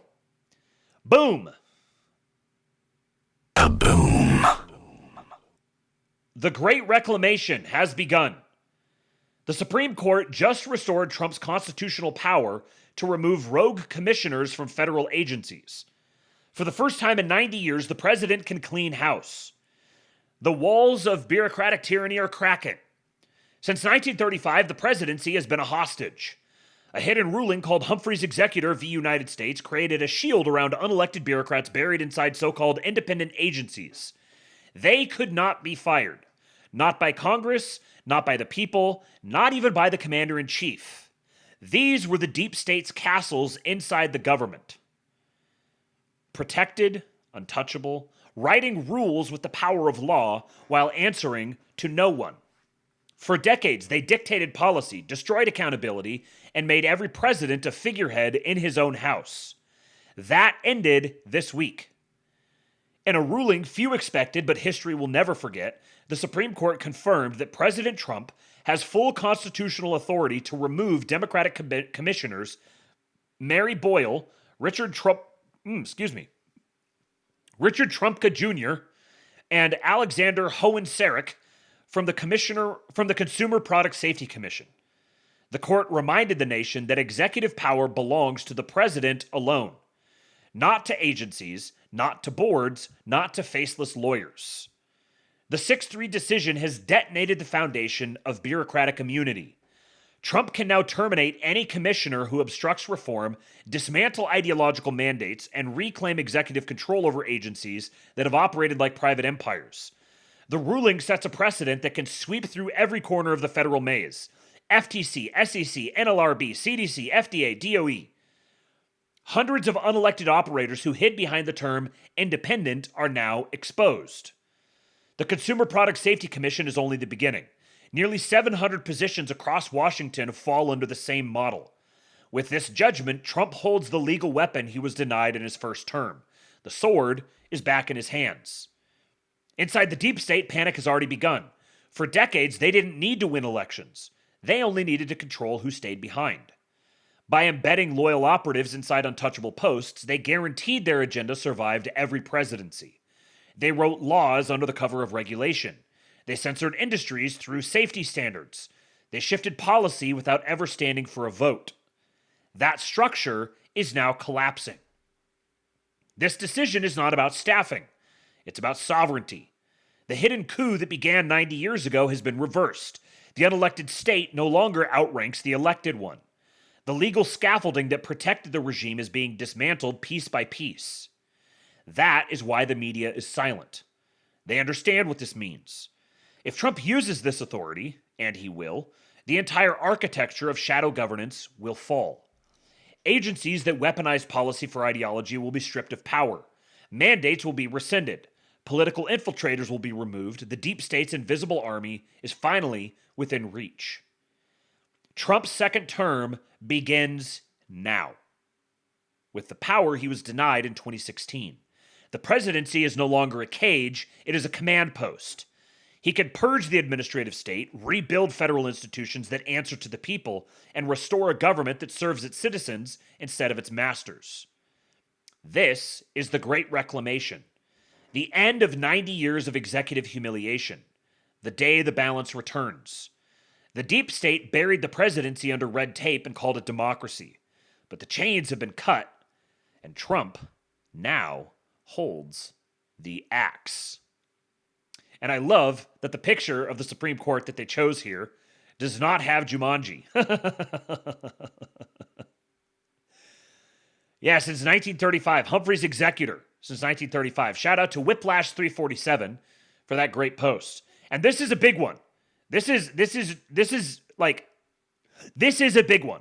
You want a unitary executive? This has been one of the biggest things, restraining the unitary executive. And if you read Project 2025, or even just went through some of the highlights from it, this was a big one. Getting Humphrey's executor taken down and opening up the possibility for the president to start lopping off heads of these independent agencies and various other bureaucrats within them, which is step one. And then step two is replacing them with better people. This is a biggie. And I think that part of the reason why the media isn't chimping about this is, number one, because they've got so much other stuff that's going on that they're focused on at the moment. They're being inundated with all of this stuff. Also, so much of their funding has been cut, and some of that funding the funding that has been cut has cut a lot of the people who would have been providing them with their talking points in the first place. And, peace in the Middle East.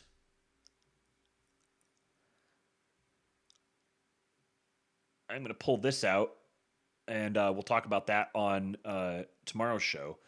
But here we go. Here's talk about counter-elite defections. Salesforce CEO Mark Benioff says he supports bringing National Guard troops to San Francisco to help reduce crime. I did not expect this. I've been watching Mark Benioff for a while now. I thought he was going to make a run for president in 2024. I thought he was going to make a run for president in 2020. But he's been this is like deep shit lib central with Benioff. He says we don't have enough cops, so if they can be cops, I'm all for it. I fully support the president. I think he's doing a great job. Elon Musk kicked open the Overton window, and now Trump's common sense ideas are dominating the marketplace of ideas. This tweet's from Kaneko the Great. The New York Times admits, quote, Mr. Benioff, the Salesforce CEO and owner of Time magazine, once supported Hillary Clinton and a business tax for homeless services. Now he's fully behind Donald Trump. During the interview, Trump's voice could be heard in the background. Benioff was watching a YouTube video about the Israeli hostage release deal and praised the president. He also praised Elon Musk's Doge initiative to slash federal spending and applauded David Sachs, another San Francisco tech billionaire who now chairs Trump's Council of Advisors on Science and Technology. It's a massive political shift for one of Silicon Valley's most influential billionaires. Extremely dysgenic looking fella. But Fugitive Truster here says, yeah, I'm thinking we're getting our counter-elite defections. Yes, that's exactly what this is. And this is another reason why. Just the headline, Gaza peace deal. Trump negotiates end to war between Israel and Gaza. Just that headline alone, leaving the details aside, is significant. Because it provides the cover. It's such a monumental accomplishment. Just getting far enough along to generate that headline is such a monumental political accomplishment that it provides the cover for even people like Benioff to defect. Now, don't get me wrong. He could very easily just defect back if he wanted to. There's nothing that would be preventing that. I don't think he's somehow some dyed-in-the-wool American sovereigntist all of a sudden. He just has a nose for power. He knows which way power is headed, and he's moving behind it. He's a bellwether for it.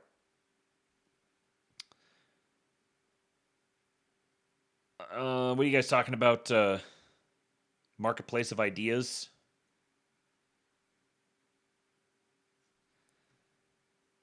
Ideas can't be a marketplace. Lolbert Jewish nonsense. Was there something in here about the marketplace of ideas? Where did that come up? Oh, yeah. Trump's common sense ideas are dominating the marketplace of ideas. Yeah. So that sort of thing, I just gloss over it. Doesn't even register for me. Whatever. All right, a little bit about this Letitia James case. This is a whopper. So the New York Times, this is Sam Antar, says, who's this guy? He is former Crazy Eddie CFO turned forensic accountant from Wall Street criminal to fraud investigator. He says the New York Times just accidentally proved Letitia James committed systematic fraud while trying to defend her. Here's the full investigation with all source documents. There's a link here, whitecollarfraud.com. Their article titled, "The Mortgage Fraud Case Against Letitia James Explained," didn't explain it. They buried the most damaging evidence. Here's the trap they created. The Times had 3 bylines: Jonah E. Bromwich, Kate Kelly, and Stephanos Chen. 3 reporters read the indictment. All 3 somehow failed to mention paragraph 9. What's in paragraph 9? James told Universal Property Insurance the Norfolk property was owner-occupied, non-seasonal use. But wait, there's more. She told OVM Financial, the bank, second home, to get 3% interest instead of 3.815%. She told the insurance company, owner-occupied, likely for lower premiums. She told the IRS, rental property, 0 personal use days, to claim maximal tax deductions. She told New York State, investment property. 4 different stories to 4 different entities, all under penalty of perjury or with legal consequences. Here's where it gets brutal. The Times' key evidence was Nakia Thompson, who's her niece, I think. Nakia Thompson's grand jury testimony that she lived there rent-free and did not pay rent.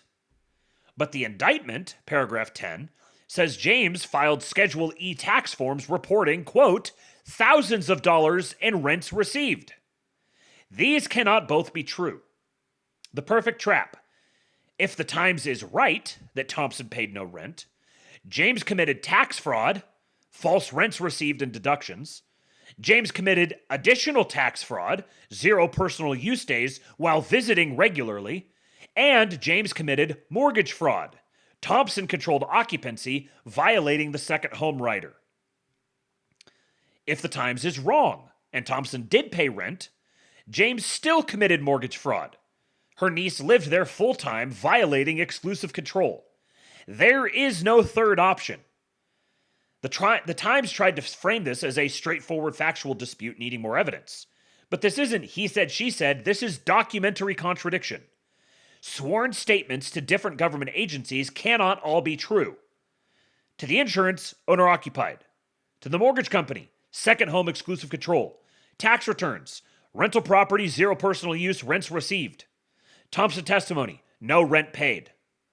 No additional facts will resolve this. Either the insurance application is false, or the tax forms are false, or the testimony is false, or all are false. That's not a factual dispute. That's documented fraud. The documents don't lie. Second home writer, signed under penalty of perjury. Insurance application, owner occupied. Schedule E forms, rents received. Thompson testimony, no rent paid. Title records, phantom mortgages don't exist. When Letitia James said there cannot be different rules for different people, she set a standard. The New York Times just proved why that standard must apply to her. And once again, the N-word. Now this perhaps gets a little more interesting. From Shipwrecked Crew. If Letitia James has evidence of an agreement between her and other Democrat partisans to prevent Trump from running for POTUS again, a conspiracy against rights, does she cooperate to avoid the risk of going to federal prison? Is this why she was indicted first?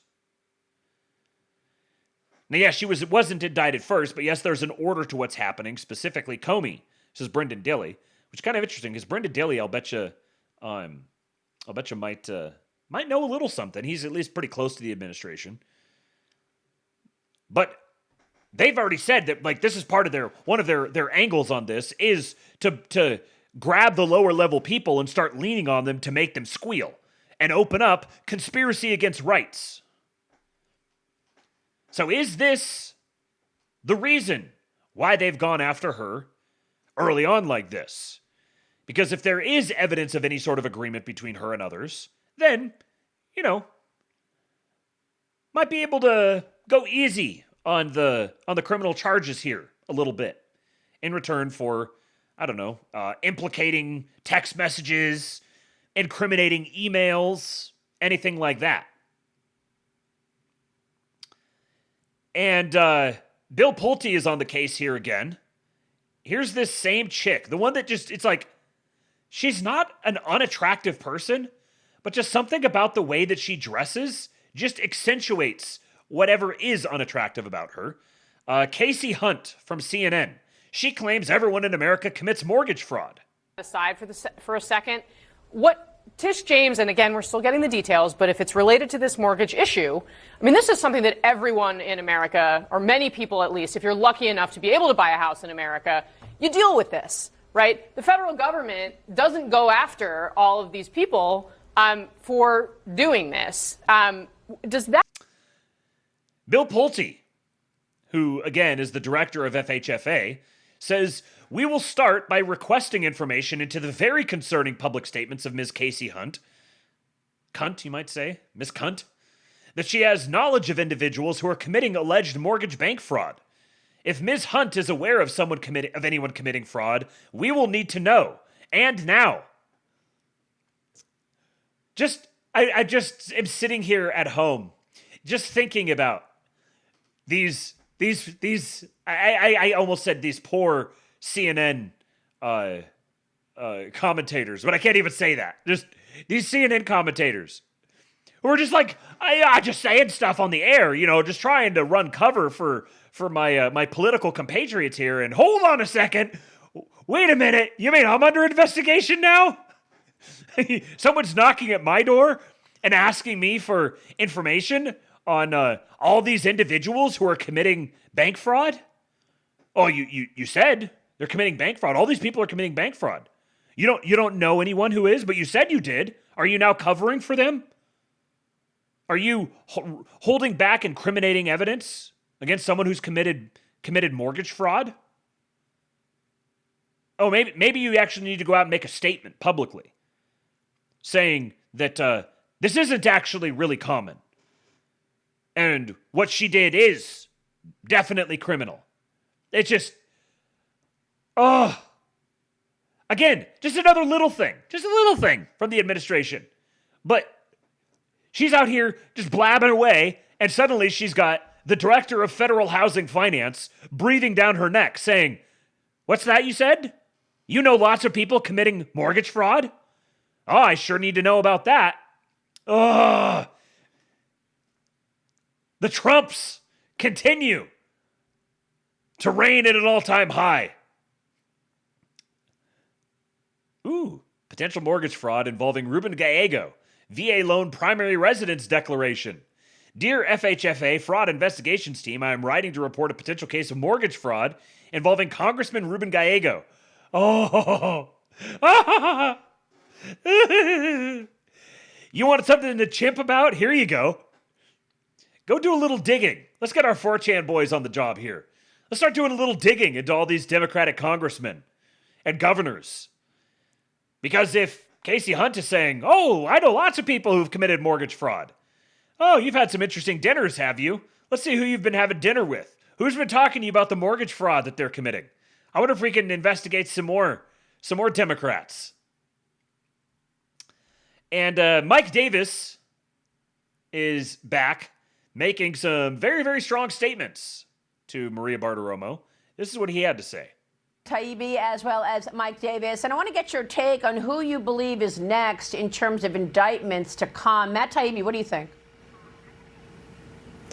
Well, I think some of the releases that came out of the Director of National Intelligence's office earlier this year from Tulsi Gabbard and from the DOJ point to some of those former intelligence chiefs like John Brennan, James Clapper, for instance. I was also told repeatedly that Hillary Clinton was a target of some of these investigations, although nobody could tell me exactly what crime she was being investigated for, but that she was a target. So I think you should look at the Russiagate actors who are in those documents, and then probably also some of the other executive branch folks. And if Hillary Clinton, obviously Hillary Clinton is a target here, but again, you got the Hillary Clinton, Huma Abedin, Alexander Soros connection. Mike, how far up the chain does this go?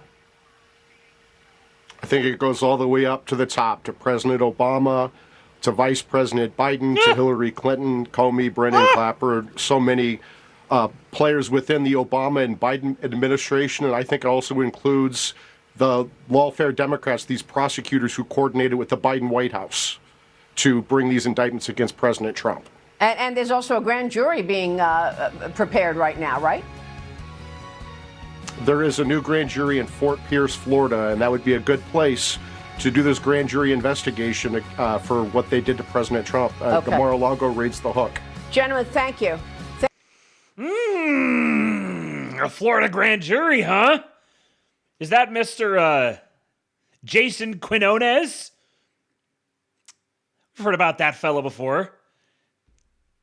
Pete is not the only patriot Quinones around here. Oh. Now, Mike Davis has been making some pretty strong statements for a while now. So, we'll see. We'll see what happens. But he is close. He does know a thing or two. And, he said that that these two indictments, the Comey and Letitia James ones, are appetizer indictments. So, get me all excited. What was I going to say here? Zoomer Dylan says, I don't think they're going to get Biden indicted. Too old and scare the hose too much, but you never know. Yeah, I think it'd be more likely that that he, either he or members of his family start diming people out. They just want to get paid off. They just want to they don't have any deep ideological belief in any of this stuff. They just want their bag. So I think they'd probably be more than happy to start diming as long as they're getting protection. Slutty Mook says Pete Quinones is locking up the libs and you're blackpilling. Okay, just one more story. The white man is back, baby. The white man is back. The media bitches and moans, only we-based coots can chimp. Chimps are strong, scary, will eat your face and crush your balls before dropping your child off a cliff. Haiti, we will get more defections from the elite when they move to the chimp paradigm. Based Coods. That's a new one. From this tip was from Market Chimp of Ideas. Thank you, Market Chimp. You're a patriot, despite your let's say your inherited shortcomings. Okay, last story here. Remember Abigail Spanberger? I played the clip. She's running for Virginia governor. I played the clip of her with winsome Earl Sears.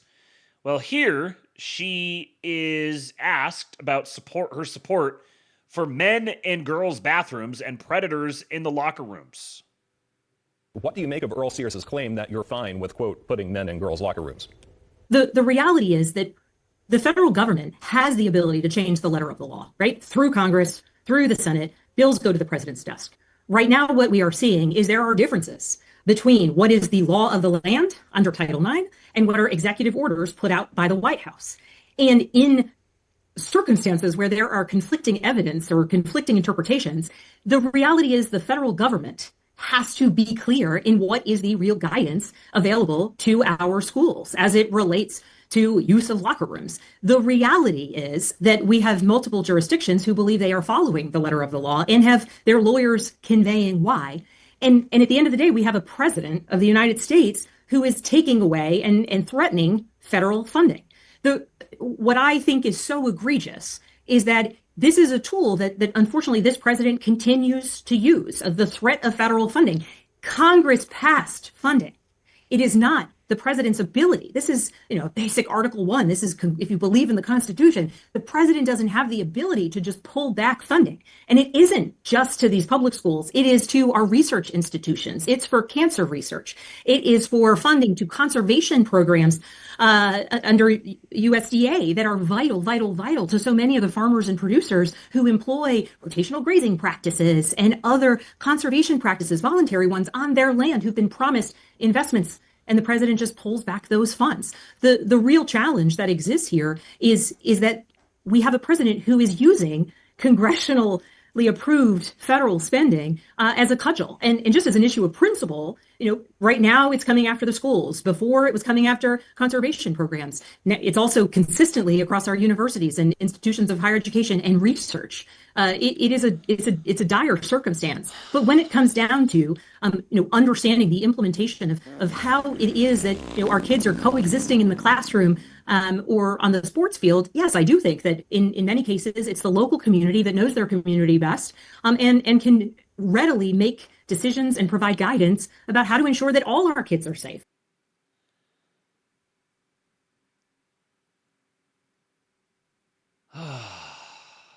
Some of these women, they're so stupid. Shut up, silly woman. Good grief. I literally don't remember a single thing she said. This was one of the most epic filibusters ever. One thing I do remember she said, vital, vital, vital. I had to repeat it 3 times. Vital, vital, vital. And then she did a little shimmy in her seat. The Giga Jew says this makes Kamala Harris sound coherent. Short version. Spanberger wants psychologically disturbed men in your daughter's restrooms and locker rooms. Yes. It's very good to see prominent member of the administration, signal boosting this race. We need more of that because... What do you make of Earl Sears? Listen to this. So I just got a poll, just came out last night, got it when I got up today. This is really going to not sit well with you. And a poll was sanctioned by the John Reed for Lieutenant Governor campaign, so I got the insight on it. It hasn't been released yet. But here's the one number that is going to make you sick to your stomach. Here's the one number. When Democrats in Virginia were asked, did the text that Jay Jones sent to a colleague calling for the assassination of, at that time, Republican Speaker Todd Gilbert, his wife, his kids, hoping his kids would die in her arms so she could suffer, calling for police to die so he could get policy on qualified immunity. When asked the question, are these texts disqualifying for your candidate for Attorney General? 7% of Virginia Democrats said yes. 93 said no. So basically, if you're a Virginia Democrat, you have no problem with your candidate for Attorney General threatening assassination of Speaker of the House, his wife, his kids, want to see the kids die in her arms, We have to see cops die in Virginia. Only 7% reject that. Let that sink in. And I say once again, the Democrat Party must be banned. Straight up outlawed. Like the Communist Party being banned in Russia, the Democrat Party must be outlawed. It must become a crime to identify as a Democrat in public. That's the only way. All right, let's end on something a little more wholesome than that. This is Charlie Gee, one of the world's most respected and renowned stonemasons. His work in performing restoration works on cathedrals throughout Europe is some of the best, a skill set that is becoming rarer to find and master in a more modern world, and he's only 23 years old.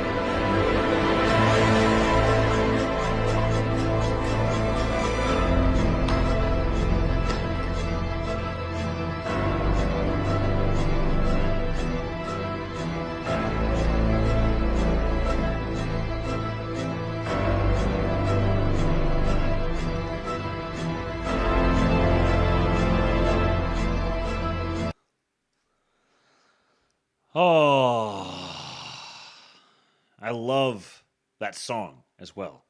Fantastic addition to it. Thank you, Bobby Ballbags. Appreciate you, man.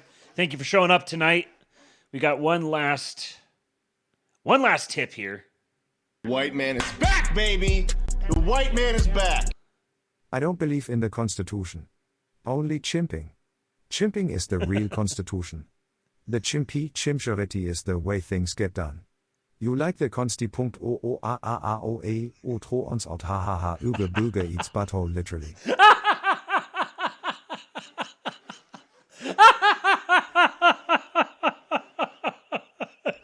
I hadn't seen that last line yet. Hold on, we got to hear that one more time. The white man is back, baby. The white man is back. I don't believe in the Constitution. Only chimping. Chimping is the real Constitution. The chimpy chimcherity is the way things get done.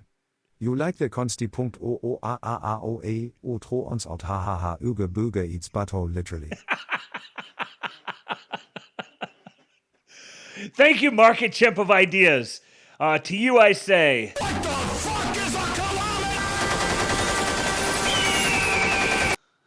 Oh, man. Han Pritchard, the Communist Party is not banned in Russia. It was banned. Boris Yeltsin banned the Communist Party back in the 90s. And then it was banned temporarily and it came back. But it was banned for a brief period of time. That's what I was referring to. All right, guys. That is all I got. Thank you so much for showing up here today for another Labe. Went deep into the night. Into the wee hours. And we'll be back tomorrow for another Labe. Appreciate all of you guys joining in the chat, entertaining me as you have. And make sure you follow me on Twitter at RealKingPilled. And reminder for those of you who are in Texas, this Saturday night, we'll be having the King Pilled Texas meetup in South Austin. About 6 p.m.-ish, 5 p.m., 6 p.m., somewhere in there. If you would like to join us, then please DM me at RealKingPilled or shoot me an email, realkingpilled@gmail.com. Let me know that you are going to come, and I'm gonna come. And I'll throw you guys into a group chat so we can kind of coordinate, make sure we all get lined up in the right places. Slutty Milk is going to be there, and Buck Johnson's going to be there. A number of other Patriots will be there. So make sure you guys, if you're in the Texas area anywhere, which is a very large area, but if you are there, or you would like to be there, Saturday night, South Austin area, this Saturday night, let me know. I'll get you guys into a group chat together, and we'll coordinate. We'll go have some good food, some good drinks. You can meet Mrs. Kingpilled. You can meet the little hellion who exists under our roof, who drives us crazy and entertains us. Amy got home with him tonight and was spending some time with some friends. They gave him they got 3 little boys who have outgrown the Captain America costume that they have, complete with the shield. And so he was in full costume. And Amy was almost home. She texted me and she said, "Come downstairs." So I went downstairs and she pulled up and she said, "Daddy, I don't know what happened to Eastwood. I think I lost him. I think I lost him back in San Marcos. And I got someone else in the back seat." And I was like, "Oh, who is it?" And he said, "It's Captain." Well, he goes, "I'm Eastwood. I'm just Eastwood in a Captain America costume." And then as I acted all surprised and everything, I didn't recognize him. And then he pulled the mask off, and I was like, "Ah, it's Eastwood. He's back." And then he put it back on again, and I was like, "Oh no, where'd he go? I lost Eastwood again." And he started getting kind of bothered. There was a fire going on nearby, so I jumped in the truck and we drove and tried to find it before it got too dark. But while we're driving, he's been kind of quiet for a minute, and then he goes, "Mommy, why did you say that you left Eastwood in San Marcos?"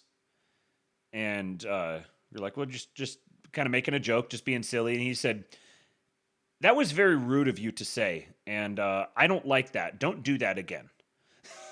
So this is what we live with. So if you guys want to experience the wonder that is the young Beastwood, then he'll be there at least for a little bit at the beginning of the evening. So this Saturday evening, 6 p.m.-ish, South Austin. Hit me up. Let me know if you would like to join us. And as always, thank you for supporting the show. Many ways to do that, to catch up on my salary for the month, given all the time that I took off. Hopefully I can get some vacation pay. We'll see. But tips.kingpill.com. Link is working again. You can go to kingpill.com and join the Kingpill Discord. You can just created a genealogy channel in there, by the way, by popular demand. There is now a genealogy channel for those of you who want to discuss your family trees and start comparing notes and tracing your lineages. That is a new option in there. Also, Venmo, Cash App, Buy Me a Coffee. Just look for King Pilled on all of those. And yeah, make sure you're subscribed to the Substack. As backup for if the video isn't posting for whatever reason, it'll always be there on Substack. And if you're listening on the podcast later on, please do leave a 5-star rating and review. Help us grow the show, expand the audience. Appreciate all of you guys. I will see you tomorrow for another episode of the Astrolabe. For now, I leave you with Hulk.